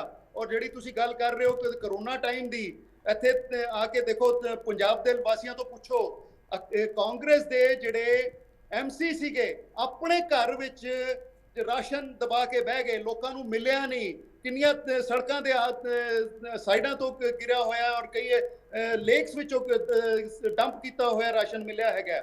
ਔਰ ਦਿੱਲੀ ਵਿੱਚ ਜਿਹੜਾ ਸਿਸਟਮ ਹੈਗਾ, ਸਾਰੀ ਦੁਨੀਆ ਉਹਦਾ ਗੁਣਗਾਨ ਕਰਦੀ ਹੈ। ਅਮਰੀਕਾ ਦੇ ਰਾਸ਼ਟਰਪਤੀ ਦੀ ਵਾਈਫ ਆ ਕੇ ਉਹਨੂੰ ਦੇਖਦੀ ਹੈ, ਯੂਨਾਈਟਿਡ ਨੇਸ਼ਨਸ ਦਾ ਸੈਕਟਰੀ ਜਨਰਲ ਆ ਕੇ ਉਹਨੂੰ ਦੇਖਦਾ। ਤੁਹਾਡੇ ਕਹਿਣ ਨਾਲ ਦਿੱਲੀ ਦਾ ਸਿਸਟਮ ਫੇਲ ਨਹੀਂ ਹੋ ਜਾਂਦਾ ਜਨਾਬ। ਤੁਹਾਡੇ ਹਾਲਾਂਕਿ ਤੁਸੀਂ ਬਾਹਰੋਂ ਬਾਹਰ ਭਾਜਪਾ ਦੇ ਖਿਲਾਫ ਹੈਗੇ ਹੋ, ਪਰ ਅੰਦਰੋਂ ਤੁਸੀਂ ਮਿਲੇ ਹੋਏ ਹੋ। ਔਰ ਉਸੇ ਭਾਜਪਾ ਨੇ 1 ਵੀ ਇੰਚ ਜਿਹੜਾ ਹੈ ਉਹ ਸਕੂਲ ਦੇ ਲਈ ਨਹੀਂ ਦਿੱਤਾ। ਫਿਰ ਵੀ 3400 ਕਮਰੇ ਐਗਜ਼ਿਸਟਿੰਗ ਤੇ ਉੱਥੇ ਦਿੱਲੀ ਨੇ ਬਣਾਤੇ, ਜਿਹੜੀ 350 ਸਕੂਲ ਦੇ ਬਰਾਬਰ ਹੈ। 1 ਵੀ ਇੰਚ ਜਿਹੜਾ ਹੈ ਹਸਪਤਾਲ ਲਈ ਨਹੀਂ ਦਿੱਤਾ। ਫਿਰ ਵੀ ਉਹ ਹਸਪਤਾਲਾਂ ਦੀ ਕੈਪੈਸਿਟੀ ਜਿਹੜੀ ਹੈ 3 ਗੁਣਾ ਕਰਤੀ। ਔਰ ਜਿਹੜੀ ਆਕਸੀਜਨ ਉੱਥੇ ਮਿਲੀ ਉਹ ਭਾਜਪਾ ਸਰਕਾਰ ਦੀ ਸਾਜ਼ਿਸ਼ ਸੀਗੀ, ਜਿਹੜੀ ਐਗਜ਼ਿਸਟਿੰਗ ਬੈੱਡ ਕੈਪੈਸਿਟੀ ਦੇ ਬੇਸ ਤੇ ਉਹਨਾਂ ਨੇ ਦਿੱਤੀ, ਜਦ ਕਿ ਉੱਥੇ ਇੱਕ ਬੈੱਡ ਤੇ 2 ਮਰੀਜ਼ ਸੀਗੇ, ਫਰਸ਼ਾਂ ਤੇ ਮਰੀਜ਼ ਸੀਗੇ, ਕੋਰੀਡੋਰ ਤੇ ਮਰੀਜ਼ ਸੀਗੇ, ਬਾਹਰ ਲੌਨਸ ਵਿੱਚ ਮਰੀਜ਼ ਸੀਗੇ, ਈਵਨ ਕਿ ਸੜਕਾਂ ਤੇ ਵੀ ਮਰੀਜ਼ ਸੀਗੇ। ਲੇਕਿਨ ਭਾਜਪਾ ਸਰਕਾਰ ਜਿਹੜੀ ਆਕਸੀਜਨ ਦਿੱਤੀ ਸੀ ਸਿਰਫ ਬੈੱਡ ਕੈਪੈਸਿਟੀ ਦੇ ਆਧਾਰ ਤੇ ਦਿੱਤੀ ਸੀ, ਉਸ ਕਰਕੇ ਲੋਕਾਂ ਨੂੰ ਉੱਥੇ ਪਰੇਸ਼ਾਨੀ ਹੋਈ। ਪਰ ਤੁਸੀਂ ਉਸ ਦੀ ਨਿੰਦਾ ਨਹੀਂ ਕਰੋਗੇ ਕਿਉਂਕਿ ਤੁਸੀਂ ਅੰਦਰ ਖਾਤੇ ਭਾਜਪਾ ਨਾਲ ਮਿਲੇ ਹੋਏ ਹੋ। ਜੀ ਠੀਕ ਹੈ ਜੀ ਮੈਮ। ਸੁਰਿੰਦਰ ਜੀ, ਤੁਸੀਂ ਕੁਝ ਕਹਿਣਾ ਚਾਹ ਰਹੇ ਸੀ? ਦੇਖੋ, ਜੋ ਗੱਲ ਮਲਹੋਤਰਾ ਸਾਹਿਬ ਨੇ ਕਹੀ ਆ, ਇਹਨਾਂ ਦੀ ਮੈਂ ਇੱਕੋ ਹੀ ਗੱਲ ਦੇ ਵਿੱਚ ਨਿਚੋੜ ਕੱਢਦੀ ਆ ਕਿ ਜਦੋਂ ਸਰਦਾਰ ਜਰਨੈਲ ਸਿੰਘ, ਇਹਨਾਂ ਦੇ ਆਪਣਾ ਮੰਤਰੀ, ਇਹਨਾਂ ਦਾ ਆਪਣਾ MLA ਸਰਦਾਰ ਜਰਨੈਲ ਸਿੰਘ, ਜਦੋਂ ਆਪਣਾ MLA ਇਹਨਾਂ ਦੀ ਹੀ ਗਲਤ ਕਾਰਗੁਜ਼ਾਰੀ ਕਰਕੇ ਇਸ ਦੁਨੀਆ ਤੋਂ ਰੁਖਸਤ ਹੋ ਜਾਂਦੇ ਆ ਤੇ ਇਹਨਾਂ ਦੇ ਕੋਲ ਕੋਈ ਜਵਾਬ ਨਹੀਂ ਆ ਉਸ ਚੀਜ਼ ਦਾ। ਔਰ ਇਹਨਾਂ ਨੂੰ ਖੁਦ ਇਸ ਚੀਜ਼ ਦੇ ਪ੍ਰਤੀ ਆਪਣੇ ਗਰੇਬਾਨ ਦੇ ਵਿੱਚ ਝਾਤੀ ਮਾਰਨੀ ਚਾਹੀਦੀ ਆ ਕਿ ਇੰਨਾ ਵੀ ਕੀ ਇਹਨਾਂ ਨੂੰ ਨਫ਼ਰਤ ਸੀਗੀ ਸਿੱਖਾਂ ਦੇ ਨਾਲ ਕਿ ਉਹਨਾਂ ਦਾ ਇੱਕ MLA ਤੱਕ, ਉਹ ਆਪਣਾ MLA ਤੱਕ ਨਹੀਂ ਬਚਾ ਸਕੀ। ਮੈਂ ਇਸ ਗੱਲ ਨੂੰ ਹੁਣ ਇੱਥੇ ਵਾਈਂਡ ਅਪ ਕਰੂੰਗੀ ਕਿਉਂਕਿ ਜੇਕਰ ਦਿੱਲੀ ਦੇ ਵਿੱਚ ਝੂਠ ਦਾ ਇੱਕ ਵੱਡਾ ਪਲੰਦਾ ਤੁਸੀਂ ਦੱਸ ਰਹੇ ਹੋ, ਕਿਉਂਕਿ ਜਿਹੜੀਆਂ ਆਕਸੀਜਨ ਦੇ ਪ੍ਰਤੀ ਝੂਠ ਦੇ ਕਾਰਨਾਮੇ ਸੀਗੇ ਉਹ ਬਹੁਤ ਸਾਰੇ ਕੇਜਰੀਵਾਲ ਸਾਹਿਬ ਦੇ ਬਾਹਰ ਨਿਕਲ ਕੇ ਆ ਗਏ ਨੇ ਕਿ ਉਹ ਕੀ ਕੁਛ ਕਰ ਰਹੇ ਨੇ ਦਿੱਲੀ ਸਰਕਾਰ ਦੇ ਨਾਲ। ਪਾਣੀ ਬਾਰੇ ਉਹ ਕੀ ਕੁਝ ਕਰ ਰਹੇ ਨੇ, ਸਾਰਾ ਕੁਝ ਨਿਕਲ ਕੇ ਆ ਗਿਆ ਹੈ। ਫਿਰ ਸਕੂਲਾਂ ਬਾਰੇ ਉਹਨਾਂ ਨੇ ਕੀ ਕੁਝ ਕੀਤਾ ਤੇ ਮੈਡੀਕਲ ਸਹੂਲਤਾਂ ਜਿਹੜੀ ਉਹਨਾਂ ਨੇ ਇੱਥੇ ਪੰਜਾਬ ਦੇ ਵਿੱਚ ਵੀ ਹੁਣ ਉਹ ਤਮਾਸ਼ਾ ਸ਼ੁਰੂ ਕਰਨ ਲੱਗੇ ਨੇ ਕਿ ਜਿਹੜੀਆਂ ਪਿੰਡਾਂ ਦੇ ਵਿੱਚ ਅਸੀਂ ਕਲੀਨਿਕ ਬੁਲਾਉਣ ਲੱਗੇ ਆ, ਹਨਾ, ਮੁਹੱਲਾ ਕਲੀਨਿਕ। ਜਿਹੜੇ ਪਿੰਡਾਂ ਦੇ ਵਿੱਚ ਆਲਰੇਡੀ ਹਸਪੀਟਲ ਬਣੇ ਹੋਏ ਨੇ, ਜਿਹੜੇ PHC ਬਣੇ ਹੋਏ ਨੇ, ਪਹਿਲਾਂ ਉਹਨਾਂ ਨੂੰ ਤੇ ਸੁਧਾਰ ਲਓ। ਮੁਹੱਲਾ ਕਲੀਨਿਕ ਉਹੀ ਮੁਹੱਲਾ ਕਲੀਨਿਕ ਨੇ ਜਿਹੜੇ ਪਿੰਡਾਂ ਦੇ ਵਿੱਚ ਸਰਕਾਰੀ ਹਸਪਤਾਲ ਬਣੇ ਹੋਏ ਨੇ, ਜਿਹੜੇ ਪ੍ਰਾਇਮਰੀ ਹੈਲਥ ਸੈਂਟਰ ਬਣੇ ਹੋਏ ਨੇ, ਉਹਨਾਂ ਵੱਲ ਤਾਂ ਤੁਸੀਂ ਧਿਆਨ ਨਹੀਂ ਦੇ ਰਹੇ। ਹੁਣ ਨਵਾਂ ਬੋਝ ਪੰਜਾਬ ਦੇ ਉੱਤੇ ਪਾਉਣ ਲੱਗੇ ਹੋ। ਜਦੋਂ ਤੁਸੀਂ ਹੁਣ ਕਰਜ਼ੇ ਦੀ ਗੱਲ ਕਰਦੇ ਹੋ, ਜਦੋਂ ਤੁਹਾਨੂੰ ਪਤਾ ਹੈ ਕਿ ਪੰਜਾਬ ਦੇ ਸਿਰ ਦੇ ਉੱਤੇ ਇੰਨਾ ਕਰਜ਼ਾ ਚੜਿਆ ਹੋਇਆ ਸੀ, ਤੁਹਾਨੂੰ ਆਪਣੇ ਕੰਮਾਂ ਦੇ ਵਿੱਚ ਸਰਕਾਰ ਦੇ 'ਚ ਕਟੌਤੀ ਕਰਨੀ ਚਾਹੀਦੀ ਸੀ ਕਿ ਬਸ਼ਰਤੇ ਹੋਰ ਆਪਣਾ ਵਿਸਥਾਰ ਕਰਕੇ ਤੇ ਉਸ ਕਰਜ਼ੇ ਨੂੰ ਹੋਰ ਤੁਸੀਂ ਅੱਗੇ ਐਡ ਆਨ ਕਰਕੇ ਹੋਰ ਪੰਜਾਬ ਨੂੰ ਤੁਸੀਂ ਥੱਲੇ ਲਾਓ। ਅਗਲੀ ਗੱਲ ਆਪਾਂ ਅੱਜ ਗੱਲ ਸ਼ੁਰੂ ਕੀਤੀ ਸੀ ਕਿ ਮੰਤਰੀ ਮੰਡਲ ਦੇ ਵਿਸਤਾਰ ਦੀ, ਕਿਉਂਕਿ ਇਹ ਆਊਟ ਆਫ ਵਿਸ਼ਾ ਜਾਣ ਵਾਲੀ ਗੱਲ ਹੈ, ਤਾਂ ਮੈਂ ਗੱਲ ਵਾਪਸੀ ਲੈ ਕੇ ਆਉਣੀ ਆ ਕਿ ਸਰਦਾਰ ਭਗਵੰਤ ਸਿੰਘ ਮਾਨ ਸਾਰਾ ਕੁਝ ਆਪਣੇ ਸੰਗਰੂਰ ਨੂੰ ਲਈ ਜਾ ਰਹੇ ਨੇ। ਮੈਂ ਗਿਣਾਉਣੀ ਆ ਕਿ ਵਿੱਤ ਮੰਤਰੀ ਸਾਹਿਬ ਹਰਪਾਲ ਚੀਮਾ ਜੀ ਵੀ ਸੰਗਰੂਰ ਤੋਂ ਹੀ ਨੇ, ਸਿੱਖਿਆ ਮੰਤਰੀ ਮੀਤ ਹੇਰ ਸਾਹਿਬ ਵੀ ਉਧਰਲੀ ਸਾਈਡ ਤੋਂ ਨੇ, ਅਮਨ ਅਰੋੜਾ ਸਾਹਿਬ ਹੁਣ ਸੁਨਾਮ ਤੋਂ ਖੁਦ ਵੀ ਉਧਰਲੇ ਪਾਸੇ ਹੀ ਦੇ ਦਿੱਤਾ ਹੈ, ਤੇ ਮੁੱਖ ਮੰਤਰੀ ਸਾਹਿਬ ਵੀ ਸੰਗਰੂਰ ਨੂੰ। ਉਹ ਗੱਲ ਆ ਜਾਂਦੀ ਨਾ ਕਿ ਮਤਲਬ ਅੰਨਾ ਮੰਡੇ ਰਿਓੜੀਆਂ ਤੇ ਮੁੜ ਮੁੜ ਆਪਣਿਆਂ ਨੂੰ ਦੇ ਵਾਲੀ ਗੱਲ ਕਿ Sangrur is not so most important ਕਿ ਉੱਥੋਂ ਦੇ ਹੀ ਸਾਰੇ ਮੰਤਰੀ ਲਾ ਦਿੱਤੇ ਜਾਣ। ਹੁਣ ਲੁਧਿਆਣਾ ਬਿਲਕੁਲ, ਜੇਕਰ ਆਪਾਂ ਇੱਧਰਲੀ ਸਾਈਡ ਕਹਿੰਦੇ ਆ ਤਾਂ ਹਾਲਾਂਕਿ ਉਹਨਾਂ ਦੇ ਅੰਦਰੂਨੀ ਮਾਮਲੇ ਨੇ, ਲੇਕਿਨ ਇਹ ਵਿਚਾਰਨ ਵਾਲੀਆਂ ਗੱਲਾਂ ਨੇ ਜਿਹੜੀਆਂ ਕਿ ਚਾਹੇ ਅਸੀਂ ਵਿਰੋਧੀ ਧਿਰ ਦੇ ਵਿੱਚ ਵੀ ਬੈਠੇ ਆ ਜਾਂ ਇਹ ਕਹੀਏ ਕਿ ਪੰਜਾਬ ਦੀ ਸਿਆਸਤ ਨੂੰ ਜੇਕਰ ਅਸੀਂ ਸਾਰੀਆਂ ਪੱਖਾਂ ਤੋਂ ਵੀ ਵੇਖਦੇ ਆ ਤੇ ਲੁਧਿਆਣਾ ਵਾਲੀ ਸਾਈਡ ਜਿਹੜੀ ਹੈ ਜਿੱਥੋਂ ਆਲਰੇਡੀ ਬੜੇ ਅੱਛੇ ਲੋਕ ਪਹਿਲੇ ਨੇ ਉਹ ਆ ਚੁੱਕੇ ਨੇ, ਲੇਕਿਨ ਰਾਜਨੀਤੀ ਫਿਰ ਇੱਥੇ ਖੇਡੀ ਜਾ ਰਹੀ ਆ ਕਿਉਂਕਿ ਮਾਝਾ ਕਮਜ਼ੋਰ ਜੇਕਰ ਚੱਲਦਾ ਹੈ ਤੇ ਮਾਝੇ ਦੇ ਵਿੱਚੋਂ ਇੰਦਰਬੀਰ ਨਿੱਜਰ ਸਾਹਿਬ, ਗੁੱਡ ਗੱਲ ਹੈ ਕਿ ਉਹਨਾਂ ਨੇ ਮਤਲਬ ਦਿੱਤਾ, ਇਸ ਪਾਸੇ ਵੱਲ ਮੰਤਰੀ ਨਵੇਂ ਦਿੱਤੇ ਨੇ, ਹਰਭਜਨ ਸਿੰਘ ਜੀ ਬਿਜਲੀ ਮੰਤਰੀ ਦਿੱਤੇ ਨੇ, ਕੁਲਦੀਪ ਧਾਲੀਵਾਲ ਜੀ ਦਿੱਤੇ ਨੇ, ਅੱਛੀ ਗੱਲ ਹੈ, ਮਾਝਾ ਉੱਪਰ ਚੁੱਕਣ ਦੀ ਕੋਸ਼ਿਸ਼ ਕਰ ਰਹੇ ਨੇ ਰਾਜਨੀਤੀ ਸੈਗਮੈਂਟ ਦੇ ਵਿੱਚ ਆਪ ਵਾਲੇ। ਲੇਕਿਨ ਘੱਟੋ ਘੱਟ ਕਾਰਗੁਜ਼ਾਰੀਆਂ ਜਿਹੜੀਆਂ ਨੇ, ਘੱਟੋ ਘੱਟ ਉਹ ਜਿਹੜੇ ਲੋਕਾਂ ਨੂੰ ਕੀਤੀਆਂ ਹੋਈਆਂ ਗੱਲਾਂ ਨੇ, ਲੋਕ ਅੱਜ ਜਿਹੜਾ ਵਾ ਉਹ ਮੂੰਹ ਤੱਕ ਤੱਕ ਦੇਖਦੇ ਪਏ ਨੇ। ਤੋ ਇਹ ਸਾਰੀਆਂ ਗੱਲਾਂ ਜਿਹੜੀਆਂ ਨੇ ਉਹ ਬਹੁਤ ਮਾਇਨੇ ਰੱਖਦੀਆਂ ਨੇ ਕਿਉਂਕਿ ਅਨਮੋਲ ਗਗਨ ਮਾਨ ਹੋਰਾਂ ਦੀ ਜਿਹੜੀ ਪਿਛਲੀ ਕਾਰਗੁਜ਼ਾਰੀ ਆ ਉਹਦੇ ਅਗਰ ਅਸੀਂ ਤਹਿ ਦੇ ਵਿੱਚ ਜਾਣੇ ਆ ਤਾਂ ਬੜਾ ਕੁਝ ਜਿਹੜਾ ਵਾ ਉਹ ਪੰਜਾਬ ਦੇ ਲੋਕ ਅੱਜ ਸੋਚਣ ਦੇ ਲਈ ਮਜਬੂਰ ਹੋ ਰਹੇ ਨੇ ਕਿ ਇਹ ਸਾਰਾ ਕੁਝ ਕਿਸ ਬਿਹਾਫ ਤੇ ਕੀਤਾ ਜਾ ਰਿਹਾ ਹੈ ਤੇ ਅਸਲ ਦੇ ਵਿੱਚ ਜੇਕਰ ਉਹਨਾਂ ਦੇ ਅੰਦਰੂਨੀ ਮਾਮਲੇ ਵੀ ਨੇ, ਪਰ ਅੰਦਰੂਨੀ ਮਾਮਲੇ ਕਿਤਨਾ ਰਹਿ ਜਾਂਦੇ ਨੇ ਜਦੋਂ ਪੰਜਾਬ ਦੇ ਲੋਕਾਂ ਨੇ ਵੋਟਾਂ ਪਾਈਆਂ ਹੋਣ, ਪੰਜਾਬ ਦੇ ਲੋਕ ਉਸ ਸਿਸਟਮ ਦੇ ਵਿੱਚ ਵਿਚਰ ਰਹੇ ਹੋਣ ਤੇ ਪੰਜਾਬ ਦੇ ਲੋਕਾਂ ਦੀ ਜਿਹੜੀ ਆਵਾਜ਼ ਹੈ ਜੇਕਰ ਸੋਸ਼ਲ ਮੀਡੀਆ ਦੇ ਉੱਤੇ ਲੋਕ ਆਪਣੀ ਗੱਲ ਨੂੰ ਰੱਖ ਰਹੇ ਨੇ। ਤੇ ਅੱਜ ਸੋਸ਼ਲ ਮੀਡੀਆ ਇੱਕ ਉਹ ਪਲੇਟਫਾਰਮ ਆ ਜਿਹਦੇ ਵਿੱਚ ਲੋਕਾਂ ਦੀ VOTING ਦਾ ਸਭ ਤੋਂ ਵੱਡਾ ਜਿਹੜਾ ਵਾ ਉਹ ਪਰਸੈਂਟੇਜ ਅਹਿਮੀਅਤ ਰੱਖਦਾ ਵਾ ਕਿ what should be there which should not be there। ਇਹ ਚੀਜ਼ਾਂ ਸਾਨੂੰ ਸਰਕਾਰਾਂ ਨੂੰ ਧਿਆਨ ਦੇਣ ਦੀ ਗੱਲ ਰੱਖਣੀ ਚਾਹੀਦੀ ਆ ਕਿ ਸਾਨੂੰ ਕੀ ਕਰਨਾ ਚਾਹੀਦਾ ਜਾਂ ਕੀ ਨਹੀਂ ਕਰਨਾ ਚਾਹੀਦਾ। ਇਹ ਨਹੀਂ ਆ ਕਿ ਸਾਰਿਆਂ ਨੂੰ ਇੱਕ ਪਾਸੇ ਰੋਂਦ ਕੇ, ਹੁਣ ਤੁਸੀਂ ਦੇਖੋ ਕਿ ਜਦੋਂ ਲੋਕਾਂ ਨੇ ਮੈਂਡੇਟ ਦਿੱਤਾ ਵਾ ਉਹਦੇ ਵਿੱਚ ਬੜੇ ਸਾਰੇ ਇਹੋ ਜਿਹੇ ਵੀ ਹੈਗੇ ਨੇ ਲੋਕ ਜਿਨ੍ਹਾਂ ਨੇ ਵੱਡੇ ਵੱਡੇ ਦਿੱਗਜ ਦੇ ਨਾਲ ਫਾਈਟ ਕੀਤੀ ਆ। ਅੱਜ ਉਹ ਲੋਕ ਬੈਠੇ ਅੰਦਰ ਸੋਚ ਰਹੇ ਨੇ ਕਿ ਸਾਡੀ ਜਿਹੜੀ ਮਿਹਨਤ ਆ ਉਹ ਕਿੱਥੇ ਗਈ है ना। तो ये गल्लां ने जिहड़ियां कि बड़ियां ज़्यादा अहमियत रखदियां ने राजनीति सैगमेंट दे विच। अगर नौजवानां नूं अगे आउण दा अधिकार मिल रिहा वा, वुमेन सैक्शन दे विच हजे सिर्फ 2 मंत्री 11 दे विचों बाहर आए ने, जद कि जेकर असीं उन्हां दे प्रपोर्शन दी गल करिए जां उन्हां दे मतलब भागीदारी दी गल करिए तां इन्हां ने 50% दी गल कीती सी जिहदे विचों हजे तक 33% भी पूरा नहीं हुंदा हैगा। ਤੇ ਉਹ ਚੀਜ਼ਾਂ ਵੀ ਜਿਹੜੀਆਂ ਨੇ ਉਹ ਮਤਲਬ ਸੋਚਣ ਵਾਲੀਆਂ ਨੇ ਕਿ ਅਸੀਂ ਬਰਾਬਰਤਾ ਦੇ ਆਧਾਰ ਤੇ ਜੇਕਰ ਗੱਲ ਕਰਦੇ ਆ ਤਾਂ ਅਸੀਂ ਕਹਿੰਨੇ ਕੁਛ ਆ ਤਾਂ ਕਰਦੇ ਕੁਛ ਆ। ਸੋ ਰਾਜਨੀਤੀ ਨੂੰ ਹੁਣ ਝੂਠ ਦੇ ਦਿਵਾਲੇ ਘਮਾਉਣਾ ਬੰਦ ਕੀਤਾ ਜਾਣਾ ਚਾਹੀਦਾ ਵਾ ਕਿਉਂਕਿ ਲੋਕ ਜਾਗ ਚੁੱਕੇ ਨੇ। ਲੋਕਾਂ ਨੂੰ ਪਤਾ ਹੈ ਕਿ ਆਪ ਜਿਹੜੀ ਆ ਉਹ ਬਿਲਕੁਲ ਬਕਾਇਦਾ ਤੌਰ ਦੇ ਉੱਤੇ ਪ੍ਰੋਪਗੈਂਡੇ ਦੇ ਉੱਤੇ ਕੰਮ ਕਰ ਰਹੀ ਹੈ। ਜੀ ਠੀਕ ਹੈ, ਮਲਹੋਤਰਾ ਜੀ ਤੁਸੀਂ ਕੀ ਕਹਿਣਾ ਚਾਹੋਗੇ?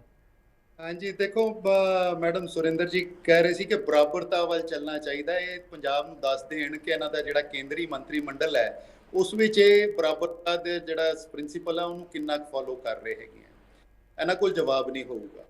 फिर ये गल करदे कि जी जिहड़ा मंत्री मंडल हैगा वो प्रॉपरली बैलेंस होना चाहिए। ਅਸੀਂ ਬਦਲਾਅ ਦੀ ਰਾਜਨੀਤੀ ਦੀ ਜੋ ਗੱਲ ਕਰਦੇ ਆ, ਅਸੀਂ ਬਦਲਾਅ ਦੀ ਰਾਜਨੀਤੀ ਦੀ ਜੋ ਗੱਲ ਕਰਦੇ ਆ, ਫਿਰ ਅਸੀਂ ਮੱਖੀ ਤੇ ਹੀ ਅਗਰ ਮੱਖੀ ਮਾਰਨੀ ਹੈ ਤਾਂ ਫਿਰ ਅਸੀਂ ਲੋਕਾਂ ਨੂੰ ਕਿਉਂ ਦਿੰਦੇ ਆ ਕਿ ਅਸੀਂ ਬਦਲਾਅ ਕਰ ਰਹੇ ਆ।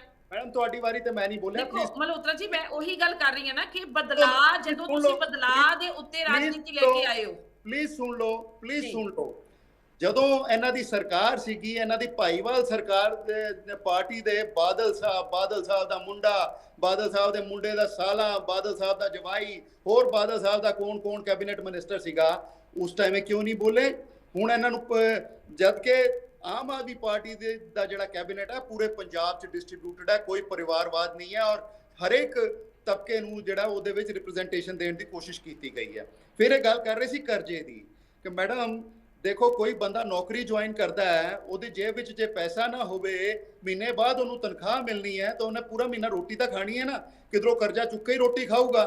ਤੁਹਾਡੀਆਂ ਸਰਕਾਰਾਂ ਪੰਜਾਬ ਨੂੰ ਖੋਖਲਾ ਕਰ ਗਈਆਂ ਹੈਗੀਆਂ, ਕੋਈ ਖਜ਼ਾਨਾ ਬਿਲਕੁਲ ਖਾਲੀ ਛੱਡ ਗਈਆਂ। ਤਾਂ ਹੁਣ ਪੰਜਾਬ ਦਾ ਜਿਹੜਾ ਸਾਲ ਦਾ ਖਰਚਾ ਚਲਾਉਣਾ ਹੈਗਾ, ਲੋਕਾਂ ਨੂੰ ਤਨਖਾਹਾਂ ਦੇਣੀਆਂ, ਪੈਨਸ਼ਨਾਂ ਦੇਣੀਆਂ, ਹੋਰ ਖਰਚੇ ਚਲਾਣੇ ਹੈ, ਤਾਂ ਸਰਕਾਰ ਨੂੰ ਕਰਜ਼ਾ ਲੈਣਾ ਹੀ ਪਏਗਾ। ਜੇ ਉਹਨਾਂ ਨੇ 35,000 ਕਰੋੜ ਦਾ ਕਰਜ਼ਾ ਲੈਣਾ ਹੈਗਾ, ਔਰ ਜਿਹੜਾ ਸਾਲ ਦਾ ਬਜਟ ਹੈ 1,65,000 ਕਰੋੜ ਦਾ ਹੈ, ਤਾਂ 35,000 ਕਰੋੜ 1,65,000 ਕਰੋੜ ਦੇ ਸਾਹਮਣੇ ਕੀ ਹੈਗਾ?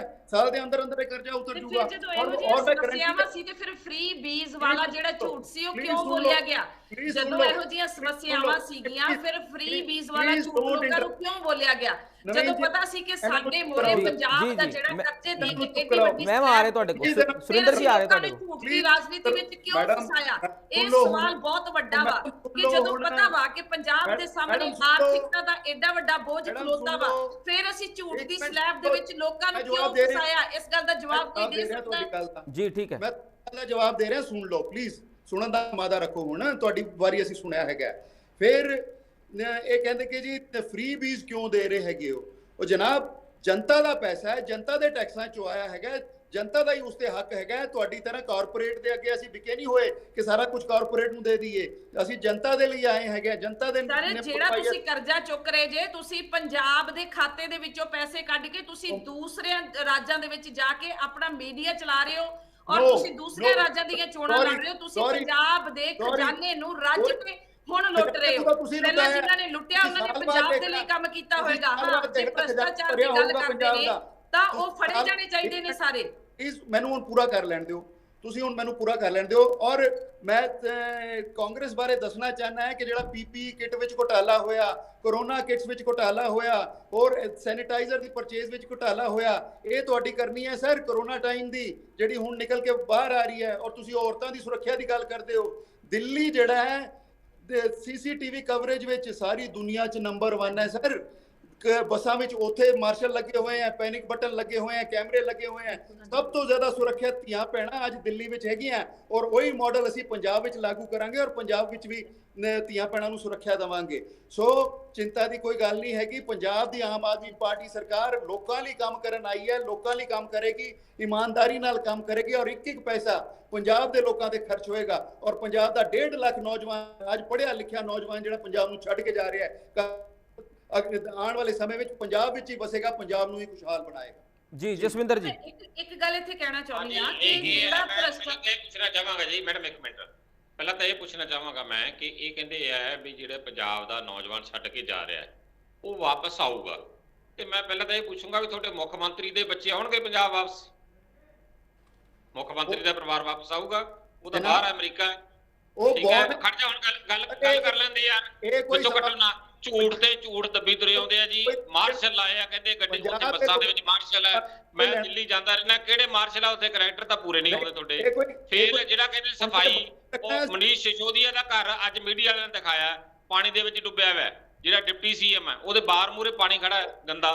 ਠੀਕ ਹੈ, ਫਿਰ ਆ ਪਿੱਛੇ ਇਹਨਾਂ ਨੇ ਸਾਰੇ ਚੈਨਲ ਨੇ ਦਿਖਾਇਆ ਸੀ ਜਦੋਂ ਸੀਵਰੇਜ ਸਿਸਟਮ ਫੇਲ ਹੋ ਗਿਆ ਦਿੱਲੀ ਦਾ, ਤੇ ਬੱਸ ਡੁੱਬ ਗਈ ਸੀ ਬੱਸ। ਠੀਕ ਹੈ, ਉਹ ਸੜਕਾਂ ਸਾਰੀਆਂ ਉਹ ਜਿਵੇਂ ਸੜਕਾਂ ਸੀਵਰੇਜ ਬਣੀਆਂ ਕਰਦੀਆਂ ਸੀ। ਔਰ ਦਿੱਲੀ ਦਾ ਜਿਹੜਾ ਬੁਰੇ ਹਾਲਾਤ ਹੈ, ਸਾਰੇ ਲੋਕਾਂ ਤੋਂ ਕੋਈ ਲੁਕੇ ਨਹੀਂ।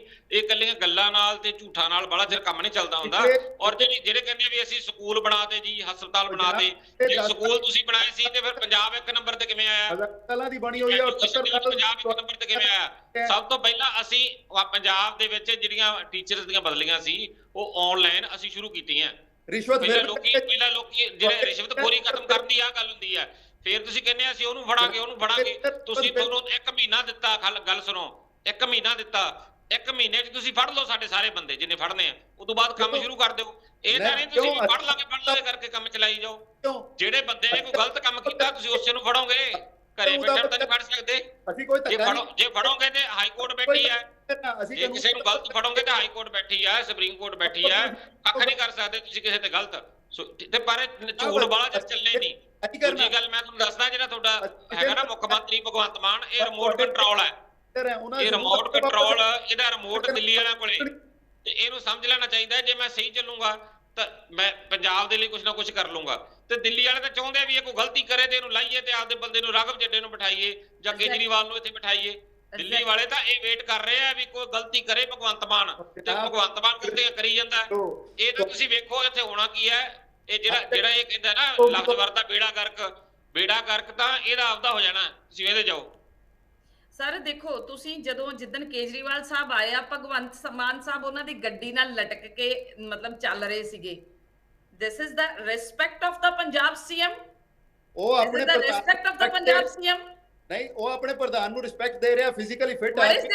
What is this? ਉਹ physically fit, after all he is the chief minister of Punjab. So this is very bad. very bad. ਪਿਛਲੇ ਸਮਿਆਂ ਦੇ ਦੌਰਾਨ ਤੁਹਾਡੇ ਪ੍ਰਧਾਨ ਨੇ ਨੈਸ਼ਨਲ ਪਾਰਟੀਆਂ ਦੇ ਬੰਦੇ ਆਉਂਦੇ ਰਹੇ ਨੇ। ਇੱਕ ਮਿੰਟ ਸਰ ਮਲਹੋਤਰਾ ਜੀ, ਦਿੱਲੀ ਤੋਂ ਨੈਸ਼ਨਲ ਪਾਰਟੀਆਂ ਦੇ ਜਿਹੜੇ ਪ੍ਰਧਾਨ ਆਉਂਦੇ ਰਹੇ ਨੇ, ਉਹਦੇ ਚ ਜਦੋਂ ਪੰਜਾਬ ਦੇ ਮੁੱਖ ਮੰਤਰੀ ਸਾਹਿਬ ਜਿਹੜੇ ਵੀ ਸਮਿਆਂ ਦੇ ਦੌਰਾਨ ਰਹੇ ਨੇ, ਉਹਨਾਂ ਦੀਆਂ ਪਿਛਲੀਆਂ ਫੁਟੇਜ ਕੱਢ ਕੇ ਵੇਖੋ ਕਿ how respectfully they are dealing with the national presidents. ਸਿਰਫ ਇੱਕ ਇਹੀ ਭਗਵੰਤ ਮਾਨ ਨੇ ਇਥੋਂ ਅੰਦਰੂਨੀ ਜਿਹੜੀ ਅੰਦਰੂਨੀ ਅਟੈਚਮੈਂਟ ਹੈ ਨਾ, ਜਾਂ ਅੰਦਰੂਨੀ ਜਿਹੜੀ ਇੱਕ ਟਿੱਪਣੀ ਜਾਂ ਪੁਆਇੰਟ ਆ, ਉਹ ਸਾਹਮਣੇ ਲੋਕਾਂ ਦੇ ਉਹਨਾਂ ਨੇ ਦਿਖਾ ਦਿੱਤਾ ਕਿ ਉਹ ਪੰਜਾਬ ਦੇ ਭਗਵੰਤ ਮਾਨ, ਸਰਦਾਰ ਭਗਵੰਤ ਮਾਨ ਸੀਐਮ ਸਾਹਿਬ ਨੂੰ, ਉਹ ਹੁਣ ਮੈਂ ਕਿਹੜਾ ਸ਼ਬਦ ਤੁਹਾਨੂੰ ਬੋਲਾਂ ਜਿਹੜਾ ਮੇਰੇ ਮੂੰਹੋਂ ਕਿ ਉਹਨੂੰ ਦੁੱਧ ਦੇ ਵਿੱਚੋਂ ਜਦੋਂ ਸੁੱਕਿਆ ਨਾ ਬਾਹਰ, ਉਸ ਦਿਨ ਭਗਵੰਤ ਮਾਨ ਨੂੰ ਪਤਾ ਲੱਗਣਾ ਕਿ ਭਗਵੰਤ ਮਾਨ ਉਹਨਾਂ ਨੇ ਕਿਹੜੀ ਕੜੀ ਦੇ ਤਹਿਤ ਪੰਜਾਬ ਦੇ ਵਿੱਚ ਸ਼ਾਮਿਲ ਕੀਤਾ ਸੀ। ਦੂਜੀ ਗੱਲ, ਤੁਸੀਂ ਕਰਪਸ਼ਨ ਦੀ ਗੱਲ ਕਰ ਰਹੇ ਹੋ ਸਰ, ਇੱਕ ਮਿੰਟ, ਤੁਸੀਂ ਕਰਪਸ਼ਨ ਦੀ ਗੱਲ ਕਰ ਰਹੇ ਹੋ। ਪੰਜਾਬ ਦੇ ਜਿਹੜੇ ਪਿਛਲੇ ਲੋਕ ਗਏ ਨੇ, ਜੇ ਉਹਨਾਂ ਨੇ ਕਰਪਸ਼ਨ ਕੀਤੀ ਆ, ਠੀਕ ਆ, ਤੁਸੀਂ ਉਹਨਾਂ ਦੇ ਪ੍ਰਤੀ ਇਨਕੁਆਇਰੀ ਕਰੋ। ਭ੍ਰਿਸ਼ਟਾਚਾਰ ਰੁਕਣਾ ਚਾਹੀਦਾ, that is the most important thing for the good governance. ਪਰ ਅਸੀਂ ਇਹ ਥੋੜਾ ਕਹਿ ਸਕਦੇ ਕਿ ਸਾਰੀ ਦੀ ਸਾਰੀ ਗਵਰਨੈਂਸ ਇੱਕੋ ਚੀਜ਼ ਦੇ ਦੁਆਲੇ ਤੁਸੀਂ ਘੁਮਾ ਦਿੱਤੀ ਆ। ਬਾਕੀ ਕੰਮ ਕਿੰਨੇ ਕਰਨੇ ਨੇ, ਇਹ ਵੀ ਤੇ ਸੋਚੋ ਨਾ, ਬਾਕੀ ਕੰਮ ਕਿੰਨੇ ਕਰਨੇ ਨੇ। ਤੁਸੀਂ ਇੱਕੋ ਚੀਜ਼ ਨੂੰ ਮੀਡੀਆ ਦੇ ਵਿੱਚ ਪ੍ਰਚਾਰ ਰਹੇ ਹੋ, ਅਸੀਂ ਇੰਜ ਕਰ ਰਹੇ, ਔਰ ਇਸੇ ਮੀਡੀਆ ਨੂੰ ਤੁਸੀਂ ਦੂਸਰੇ ਰਾਜਾਂ ਦੇ ਵਿੱਚ ਜਾ ਕੇ ਪ੍ਰਚਾਰ ਰਹੇ ਹੋ ਤੇ ਪੈਸਾ ਪੰਜਾਬ ਦਾ ਲਾ ਰਹੇ ਹੋ। ਜਵਾਬ ਲੈ ਜੀ ਮਲਹੋਤਰਾ ਜੀ, ਤੁਸੀਂ ਕਿੰਨਾ ਕੁ ਕਰਜ਼ਾ ਚੜਾਉਣਾ ਵਾ। ਸੋ ਪਲੀਜ਼ ਇਹਨਾਂ ਚੀਜ਼ਾਂ ਨੂੰ ਬੰਦ ਕਰੋ, ਕਿਉਂਕਿ ਤੁਹਾਡਾ ਝੂਠ ਹੁਣ ਜ਼ਿਆਦਾ ਦੇਰ ਨਹੀਂ ਚੱਲਣਾ। ਲੋਕ ਵੀ ਜਾਗ ਚੁੱਕੇ ਨੇ, ਕਿਉਂਕਿ ਜੋ ਕੰਮ ਹੁਣ ਤੱਕ ਤੁਸੀਂ ਕੀਤੇ ਨੇ, ਚਾਹੇ ਉਹ ਪੰਜਾਬ ਦੇ ਵਿੱਚੋਂ ਰਾਜ ਸਭਾ ਦੇ ਮੈਂਬਰ ਲੈ ਕੇ ਜਾਣ ਦੀ ਗੱਲ ਹੋਵੇ, ਚਾਹੇ ਉਹ ਦੂਜੀਆਂ ਤੀਜੀਆਂ, ਠੀਕ ਹੈ ਮੈਮ, ਠੀਕ ਹੈ ਮੈਮ, ਮਲਹੋਤਰਾ ਜੀ ਤੋਂ ਜਵਾਬ ਲੈ ਲਈਏ। ਮਲਹੋਤਰਾ ਜੀ ਤੋਂ ਜਵਾਬ ਲੈ ਲਈਏ ਜੀ। ਦੇਖੋ, ਇਹਨਾਂ ਦੇ ਲਈ ਕਰਪਸ਼ਨ ਕਿੰਨਾ ਛੋਟਾ ਜਿਹਾ ਮੁੱਦਾ ਹੈ ਕਿ ਤੁਸੀਂ ਕਰਪਸ਼ਨ ਦੇ ਹੀ ਪਿੱਛੇ ਪੈ ਗਏ। ਹੋਰ ਉਹ ਭਾਈ, ਤੁਹਾਡੀ ਕਰਪਸ਼ਨ, ਜੇ ਤੁਹਾਡੇ ਲਈ ਕਰਪਸ਼ਨ ਐਡਾ ਵੱਡਾ ਮੁੱਦਾ ਹੈ ਤੇ ਉਹਨੂੰ ਸਾਰੇ ਪੰਜਾਬ ਦੇ ਉੱਤੇ ਗੱਲਬਾਤ ਨਾ ਬਣਾਓ। ਉਸ ਗੱਲ ਨੂੰ, that is the one part of the governance, that is the one part of the governance, that is the one part of the governance। ਨਵੀਨ ਜੀ ਪਲੀਜ਼ ਨਾ ਜੀ ਸੁਰਿੰਦਰ ਗਵਰਨੈਂਸ ਕਿ ਤੁਸੀਂ ਭ੍ਰਿਸ਼ਟਾਚਾਰ ਨੂੰ ਇਸ ਢੰਗ ਦੇ ਨਾਲ ਤੁਸੀਂ ਬਣਾ ਦਿੱਤਾ ਹੈ। ਜੀ ਮੈਮ ਜਵਾਬ ਲੈ ਲਈਏ। ਇੱਕ ਸਿਸਟਮ ਦੇ ਰਾਹੀਂ ਚੱਕੋ ਜੀ, ਠੀਕ ਹੈ ਮੈਮ, ਜਵਾਬ ਲੈ ਲਈਏ। ਇਸ ਦੇ ਵਿੱਚ ਗਲਤਾਨ ਨਾ ਕਰੋ ਕਿ ਤੁਹਾਡੇ ਸਾਰੇ ਮੰਤਰੀ ਹੀ ਇਸੇ ਕੰਮ ਦੇ ਉੱਤੇ ਲੱਗੇ ਨੇ। ਜੀ ਲੇਕਿਨ ਜਿਹੜੇ ਕੰਮ ਵਾਸਤੇ ਹੁਣ ਅੱਗੇ ਸੁਰਿੰਦਰ ਜੀ ਜਵਾਬ ਲੈ ਲਈਏ। ਮੈਮ ਜਵਾਬ ਲੈ ਲਈਏ। ਮਲਹੋਤਰਾ ਜੀ ਤੋਂ ਜਵਾਬ ਲੈ ਲਈਏ। ਜੀ ਮਲਹੋਤਰਾ ਜੀ ਮੇਰੀ ਤੁਹਾਨੂੰ ਬੇਨਤੀ ਹੈ, ਜਦੋਂ ਇਹ ਕੋਈ ਵੀ ਪੈਨਲਿਸਟ ਬੋਲ ਰਿਹਾ ਹੁੰਦਾ ਹੈ, ਦੂਜਿਆਂ ਨੂੰ ਮਿਊਟ ਕਰ ਦਿਆ ਕਰੋ ਤਾਂ ਕਿ ਇੱਕ ਸੈਂਸੀਬਲ ਡਿਬੇਟ ਹੋਵੇ। ਬਹੁਤ ਸਾਰੇ ਚੈਨਲਸ ਤੇ ਇਸ ਤਰ੍ਹਾਂ ਹੁੰਦਾ ਹੈਗਾ, ਨਹੀਂ ਤਾਂ ਦੂਜੇ ਬੰਦੇ ਵਿੱਚ ਇੰਟਰਫੇਅਰ ਕਰਦੇ, ਨਾ ਕਿਸੇ ਨੂੰ ਪਤਾ ਚੱਲਦਾ, ਨਾ ਕਿਸੇ ਨੂੰ ਕੁਝ ਸੁਣਦਾ ਹੈਗਾ। ਸੋ ਪਲੀਜ਼ ਅੱਗੋਂ ਤੋਂ ਇਹ ਕੰਟਰੋਲ ਲਾਗੂ ਕਰੋ ਆਪਣੇ ਚੈਨਲ ਤੇ। ਕਰਪਸ਼ਨ ਨੇ ਤਾਂ ਪੰਜਾਬ ਦਾ ਖਜ਼ਾਨਾ ਖਾਲੀ ਕਰਤਾ, ਕਰਪਸ਼ਨ ਨੇ ਤਾਂ ਪੰਜਾਬ ਤੇ 3.5 ਲੱਖ ਕਰੋੜ ਦਾ ਬੋਝ ਚੜਾਤਾ, ਕਰਪਸ਼ਨ ਨਾਲ ਹੀ ਤਾਂ ਪੰਜਾਬ ਦਾ ਜਿਹੜਾ ਇਸ ਟਾਈਮ ਨਾ ਨੌਜਵਾਨਾਂ ਨੂੰ ਰੋਜ਼ਗਾਰ ਮਿਲ ਰਿਹਾ, ਨਾ ਬਜ਼ੁਰਗਾਂ ਨੂੰ ਪੈਨਸ਼ਨਾਂ ਮਿਲ ਰਹੀਆਂ, ਨਾ ਗਰੀਬਾਂ ਦੀ ਕੋਈ ਮਦਦ ਹੋ ਰਹੀ ਹੈ। ਬੇੜਾ ਗਰਕ ਪੰਜਾਬ ਦਾ ਤਾਂ ਕਰਪਸ਼ਨ ਨੇ ਕੀਤਾ ਹੈ, ਔਰ ਤੁਹਾਡੇ ਹੀ ਲੀਡਰਾਂ ਨੇ ਕੀਤਾ ਹੈਗਾ। ਸੋ ਕਰਪਸ਼ਨ ਹੀ ਸਭ ਤੋਂ ਵੱਡਾ ਮੁੱਦਾ ਹੈ। ਜੇ ਕਰਪਸ਼ਨ ਖਤਮ ਹੋ ਜਾਂਦੀ ਹੈ, ਕਰਪਟ ਲੋਕਾਂ ਨੂੰ ਅੰਦਰ ਕਰ ਦਿੱਤਾ ਜਾਂਦਾ ਹੈ, ਪੰਜਾਬ ਮੁੜ ਤੋਂ ਖੁਸ਼ਹਾਲ ਹੋ ਜਾਏਗਾ, ਸੋਨੇ ਦੀ ਚਿੜੀਆ ਬਣ ਜਾਏਗਾ। ਦੂਜੀ ਗੱਲ, ਮਾਨ ਸਾਹਿਬ ਦੀ ਗੱਲ ਹੋ ਰਹੀ ਸੀ ਜੀ ਕਿ ਜੀ ਗੱਡੀ ਤੇ ਲਟਕ ਗਏ ਤੇ ਇਹ ਤੇ ਉਹ, ਉਸੇ ਫੁਟੇਜ ਵਿੱਚ ਤੁਸੀਂ ਦੇਖੋਗੇ ਕਿ ਦੋਵੇਂ ਇੱਕੋ ਜਗ੍ਹਾ ਜਿਹੜੀ ਉਹ ਉੱਪਰੋਂ ਓਪਨਿੰਗ ਹੈ ਉੱਥੇ ਵੀ ਖੜੇ ਸੀਗੇ। ਤੇ ਜੇ ਅਗਲਾ ਬੰਦਾ ਆਪਣੇ ਪ੍ਰਧਾਨ ਨੂੰ ਰਿਸਪੈਕਟ ਦੇਣਾ ਚਾਹੁੰਦਾ ਹੈ ਔਰ ਜੇ ਅਗਲਾ ਬੰਦਾ ਫਿਜ਼ੀਕਲੀ ਫਿਟ ਹੈਗਾ ਔਰ ਦਰਵਾਜ਼ੇ ਤੇ ਲਟਕ ਸਕਦਾ ਹੈ ਤਾਂ ਤੁਹਾਨੂੰ ਕੀ ਤਕਲੀਫ ਹੈ ਬਈ? ਆਪਣੀ ਮਰਜ਼ੀ ਨਾਲ ਉਹ ਲਟਕ ਰਿਹਾ। ਤੁਹਾਡੇ ਪ੍ਰਧਾਨ ਦਾ ਫਿਜ਼ੀਕਲੀ ਫਿਟ ਨਹੀਂ ਹੈ। ਇਖਲਾਕੀ ਤੌਰ ਤੇ ਬੁਰੀ ਗੱਲ ਹੈ, ਇਖਲਾਕੀ ਤੌਰ ਤੇ ਬੁਰੀ ਗੱਲ ਹੈ। ਕੋਈ ਬੁਰੀ ਗੱਲ ਨਹੀਂ ਹੈ। ਅਗਲਾ ਆਪਣੇ ਪ੍ਰਧਾਨ ਨੂੰ ਰਿਸਪੈਕਟ ਦੇ ਰਿਹਾ, ਲੋਕਾਂ ਦੇ ਨੇੜੇ ਜਾ ਰਿਹਾ, ਉਹਨਾਂ ਨਾਲ ਹੱਥ ਮਿਲਾ ਰਿਹਾ, ਉਹਨਾਂ ਨਾਲ ਵੇਵ ਕਰ ਰਿਹਾ ਹੈਗਾ। ਉਹਨਾਂ ਨੂੰ ਪੰਜਾਬ ਦਾ ਚੇਤਾ ਭੁੱਲ ਗਿਆ, ਉਹਨਾਂ ਨੂੰ ਪੰਜਾਬ ਦਾ ਚੇਤਾ ਭੁੱਲ ਗਿਆ ਕਿ ਇੱਕ ਰਾਜ ਦੇ ਮੁੱਖ ਮੰਤਰੀ ਨੇ, ਉਹ ਇੱਕ ਰਾਜ ਦੇ ਮੁੱਖ ਮੰਤਰੀ ਨੇ ਇੱਕ ਬੜਾ ਵੱਡਾ ਰਿਸਪੈਕਟ ਉਹਨਾਂ ਦੇ ਨਾਲ ਜੁੜਿਆ ਵਾ। ਇਹ ਉਹ ਰਾਜ ਹੈ ਜਿੱਥੇ ਮਹਾਰਾਜਾ ਰਣਜੀਤ ਸਿੰਘ ਵਰਗਿਆਂ ਨੇ ਰਾਜ ਕੀਤਾ ਤੇ ਉਹ ਇਸ ਤਰ੍ਹਾਂ ਨਹੀਂ ਸੀ ਹੁੰਦਾ ਹੈਗਾ। ਤੁਹਾਡੇ ਲੀਡਰ ਮਹਾਰਾਜਾ ਰਣਜੀਤ ਸਿੰਘ ਵਰਗੇ ਇਹਨੂੰ ਇਖਲਾਕੀ ਤੌਰ ਤੇ ਗਲਤ ਮੰਨਦੀ ਆ ਸਰ, ਮੈਂ ਇਹਨੂੰ ਇਖਲਾਕੀ ਤੌਰ ਤੇ ਗਲਤ ਮੰਨਦੀ। ਮਹਾਰਾਜਾ ਰਣਜੀਤ ਸਿੰਘ ਵਰਗੇ ਨਹੀਂ ਹੈਗੇ ਤੁਹਾਡੇ ਲੀਡਰ, ਜ਼ਿਆਦਾਤਰ ਚੋਰ ਹੈ। ਜ਼ਿਆਦਾਤਰ ਲੀਡਰ ਤੁਹਾਡੇ ਚੋਰ ਹੈ। ਸਾਰਿਆਂ ਨਹੀਂ ਮੈਂ ਕਹਿੰਦਾ ਸਰ, ਉਹ ਫੜੇ ਜਾਣੇ ਚਾਹੀਦੇ ਨੇ। ਜੇਕਰ ਉਹ ਚੋਰ ਨੇ ਤਾਂ ਫੜੇ ਜਾਣੇ ਚਾਹੀਦੇ ਨੇ। ਰਾਜ ਨਾਲ ਇਹ ਰਾਜ ਜਿਹੜਾ ਅੱਜ ਰਾਜ ਜਿਹੜਾ ਚੱਲ ਰਿਹਾ ਇਹ ਮਹਾਰਾਜਾ ਰਣਜੀਤ ਸਿੰਘ ਦੇ ਰਾਜ ਨਾਲ ਕੰਪੇਅਰ, ਇਹ ਝੂਠਾ ਰਾਜ ਹੈ। ਤੁਸੀਂ ਭਗਵੰਤ ਮਾਨ ਸਾਹਿਬ ਨੇ 2 ਮਹੀਨੇ ਤੱਕ ਮੰਤਰੀ ਫੜਿਆ ਗਿਆ, ਝੂਠ ਦੇ ਨਾਲ ਬਾਜ਼ਾਰ ਦੇ ਵਿੱਚ ਵਰਤਿਆ ਹੈ। ਅਸੀਂ ਪੜਿਆ 2 ਮਹੀਨਿਆਂ ਦੇ ਵਿੱਚ ਇੱਕ ਮੰਤਰੀ ਫੜਿਆ ਗਿਆ। ਇਹ ਨਹੀਂ ਐਵਰੇਜ ਕੱਟਾਂਗੇ ਨਾ, ਜਦੋਂ 5 ਸਾਲ ਹੋ ਗਏ ਤਾਂ ਸਾਰੇ ਨੇ ਫੜੇ ਜਾਂਦੇ ਨੇ। ਤੁਹਾਡੇ ਕੰਮ ਹੈ ਕਿ ਜਿਹੜੇ ਹਿਸਾਬ ਨਾਲ ਤੁਹਾਡੀ ਆ ਰਹੀ ਹੈ ਨਾ, ਜਿਹੜੇ ਹਿਸਾਬ ਨਾਲ ਐਵਰੇਜ ਆ ਰਹੀ ਹੈ, ਤੁਹਾਡਾ 2 ਮਹੀਨਿਆਂ 'ਚ ਇੱਕ ਮੰਤਰੀ ਫੜਿਆ ਗਿਆ ਤੇ ਜੇ 2 ਮਹੀਨਿਆਂ ਦੀ ਐਵਰੇਜ ਦੇ ਹਿਸਾਬ ਨਾਲ ਫੜੇ ਗਏ ਤੁਸੀਂ ਦੇਖੋ ਤੁਹਾਡੇ ਆਪਦੇ ਮੰਤਰੀ ਸਾਰੇ ਅੰਦਰ ਚਲੇ ਜਾਣੇ ਆ। ਪੰਜਾਬ 'ਚ ਦੋਵੇਂ ਸਿੱਖਿਆ ਮੰਤਰੀ 2 ਮਹੀਨਿਆਂ 'ਚ 2 ਫੜੇ ਗਏ ਆਪਣੇ ਮੈਡੀਕਲ ਦੇ ਨਾਲ। ਔਰ ਜਿਹੜੀ ਗੱਲ ਇਹ ਕਹਿ ਰਹੇ ਹੈ ਕਿ ਫਿਜ਼ੀਕਲੀ ਫਿੱਟ ਹੈ ਤਾਂ ਕਰਕੇ ਲਮਕਿਆ ਹੈ, ਜੋ ਫਿਰ ਇਹ ਤਾਂ ਦੇਖੋ ਇੱਕ ਸੂਬੇ ਦੇ ਮੁੱਖ ਮੰਤਰੀ ਦੀ ਇੱਕ ਗਰਿਮਾ ਹੈ, ਇੱਕ ਸਨਮਾਨ ਹੈ। ਉਹ ਸਨਮਾਨ ਦੇ ਨਾਲ ਖਿਲਵਾੜ ਕੀਤਾ ਹੈ। ਮੈਂ ਸ਼ੁਰੂ ਤੋਂ ਗੱਲ ਇਹੀ ਕੀਤੀ ਸੀ ਕਿ ਉਹਨਾਂ ਨੂੰ ਭਗਵੰਤ ਸਿੰਘ ਮਾਨ ਨੂੰ ਕਮੇਟੀ ਕਲਾਕਾਰ ਵਾਲੇ ਕਿਰਦਾਰ 'ਚੋਂ ਨਿਕਲ ਕੇ ਮੁੱਖ ਮੰਤਰੀ ਵਾਲੇ ਕਿਰਦਾਰ 'ਚ ਆਉਣਾ ਚਾਹੀਦਾ, ਜਿਹੜਾ ਨਹੀਂ ਆਏ। ਔਰ ਦੇਖੋ ਸਾਡਾ ਮੁਕਾਬਲਾ ਕਿਹਨਾਂ ਨਾਲ ਹੈ। ਇੱਥੇ ਬੈਠ ਕੇ, ਇੱਥੇ ਅਸੀਂ ਬਾਰਡਰ ਸਟੇਟ ਹੈ, ਇੱਥੇ ਬੈਠ ਕੇ ਅਸੀਂ ਪੂਰੇ ਇੰਡੀਆ ਦੀ ਜਿਹੜੀ ਸਰਹੱਦ ਹੈ ਉਹਦੀ ਰਾਖੀ ਕਰਨੀ ਹੈ। ਤੇ ਜੇ ਇੱਥੇ ਸਾਡਾ ਮੁੱਖ ਮੰਤਰੀ ਇਸ ਤਰ੍ਹਾਂ ਦਾ ਮਜ਼ਾਕ ਦਾ ਪਾਤਰ ਹੋਊਗਾ ਤੇ ਕਿਵੇਂ ਲੋਕ ਸਾਨੂੰ ਸੀਰੀਅਸਲੀ ਲੈਣਗੇ? ਇੱਥੇ ਲੋਕਾਂ ਨੇ ਇਨਵੈਸਟਮੈਂਟ ਕਰਨੀ ਆ ਕੇ ਕਰੋੜਾਂ ਰੁਪਈਆ ਦੀ। ਯਾਰ ਮੈਨੂੰ ਤਾਂ ਲੱਗਦਾ ਤੁਹਾਨੂੰ ਕਿਸੇ ਗੱਲ ਦਾ ਪਤਾ ਹੀ ਨਹੀਂ ਹੈ। ਮਾਰੀ ਜਨੇ ਯਬ ਤੁਹਾਨੂੰ ਰਾਜਪਾਲ ਬਾਰੇ ਪਤਾ ਹੀ ਕੁਝ ਨਹੀਂ। ਤੁਹਾਡੀ ਗੈਰ ਜ਼ਿੰਮੇਵਾਰਾਨਾ ਭਾਸ਼ਾ ਹੈ। ਮੇਰੀ ਗੱਲ ਸੁਣ ਲਓ, ਗੈਰ ਜ਼ਿੰਮੇਵਾਰਾਨਾ ਭਾਸ਼ਾ ਹੈ। ਸੰਵਿਧਾਨਕ ਗੱਲ ਵਰਤੋ। ਤੁਸੀਂ ਚੋਰ ਕਹੀ ਜਾਂਦੇ ਸਾਨੂੰ ਬੈਠ ਕੇ ਸਟੇਜ ਤੇ।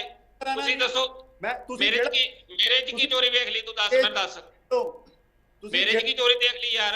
ਤੂੰ ਐਵੇਂ ਚੋਰ ਕਹੀ ਜਾਂਦਾ। ਤੁਸੀਂ ਸਾਡੀ ਪਾਰਟੀ ਨੂੰ 137 ਸਾਲ ਹੋ ਗਏ ਚੱਲਦੀ ਨੂੰ, ਤੁਹਾਡੀ ਨੂੰ ਹੋਏ 9 ਸਾਲ। ਤੁਹਾਡੇ ਤਾਂ 9 ਸਾਲਾਂ 'ਚ ਕਿੰਨੇ ਚੋਰ ਨਿਕਲੇ ਤੇ ਸਾਡੇ 137। ਜੀ ਸੋ ਸਾਡੇ ਨਾਲ ਜਿੰਨੇ ਵੀ ਮਹਿਮਾਨ ਜੁੜੇ ਸੀ ਅਸੀਂ ਸਾਰਿਆਂ ਦੇ ਧੰਨਵਾਦੀ ਹਾਂ। ਸਮਾਂ ਘੱਟ ਹੋਣ ਦੇ ਕਰਕੇ ਅੱਜ ਦੀ ਜਿਹੜੀ ਗੱਲਬਾਤ ਹੈ ਉਹ ਇੱਥੇ ਰੋਕਣਾ ਚਾਹਾਂਗੇ। ਸੋ ਬਹੁਤ ਬਹੁਤ ਧੰਨਵਾਦ ਜਸਵਿੰਦਰ ਸਿੰਘ ਸੇਖਾਵਾਲਾ ਜੀ, ਤੁਸੀਂ ਸਾਡੇ ਨਾਲ ਜੁੜੇ। RPS ਮਲਹੋਤਰਾ ਜੀ, ਤੁਸੀਂ ਸਾਡੇ ਨਾਲ ਜੁੜੇ, ਤੁਹਾਡਾ ਬਹੁਤ ਬਹੁਤ ਧੰਨਵਾਦ। ਔਰ BJP ਤੋਂ ਸੁਰਿੰਦਰ ਕੰਵਲ ਜੀ, ਤੁਸੀਂ ਸਾਡੇ ਨਾਲ ਜੁੜੇ, ਤੁਹਾਡਾ ਬਹੁਤ ਬਹੁਤ ਧੰਨਵਾਦ। ਗੱਲਾਂ ਬਹੁਤ ਨੇ, ਸਵਾਲ ਬਹੁਤ ਨੇ, ਮੁੱਦੇ ਬਹੁਤ ਨੇ ਜਿਨ੍ਹਾਂ ਦੇ ਉੱਤੇ ਗੱਲ ਕੀਤੀ ਜਾ ਸਕਦੀ ਹੈ।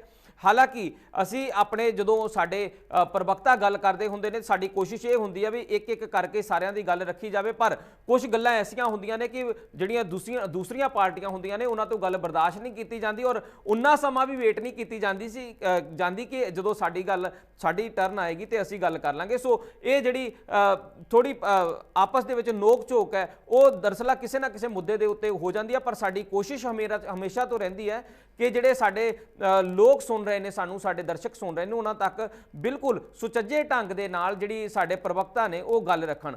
ਪਰ ਦੇਖਣਾ ਇਹ ਹੋਏਗਾ ਕਿ ਜੋ ਅੱਜ ਮੰਤਰੀ ਮੰਡਲ ਦਾ ਵਿਸਤਾਰ ਹੋਇਆ ਇਹਦੇ ਨਾਲ ਪੰਜਾਬ ਦੇ ਲੋਕਾਂ ਨੂੰ ਕਿੱਦਾਂ ਦੀ ਰਾਹਤ ਮਿਲਦੀ ਹੈ ਔਰ ਕਿੰਨਾ ਕੁ ਕੰਮ ਜਿਹੜਾ ਸਰਕਾਰ ਦਾ ਤੇਜ਼ ਹੁੰਦਾ ਨਜ਼ਰ ਆਏਗਾ। ਹੋਰ ਖਬਰਾਂ ਦੇਖਣ ਲਈ ਬਣੇ ਰਹੋ ਇੰਡੀਆ ਨਿਊਜ਼ ਪੰਜਾਬ ਦੇ ਨਾਲ। ਫਿਲਹਾਲ ਮੈਨੂੰ ਦਿਓ ਇਜਾਜ਼ਤ, ਧੰਨਵਾਦ।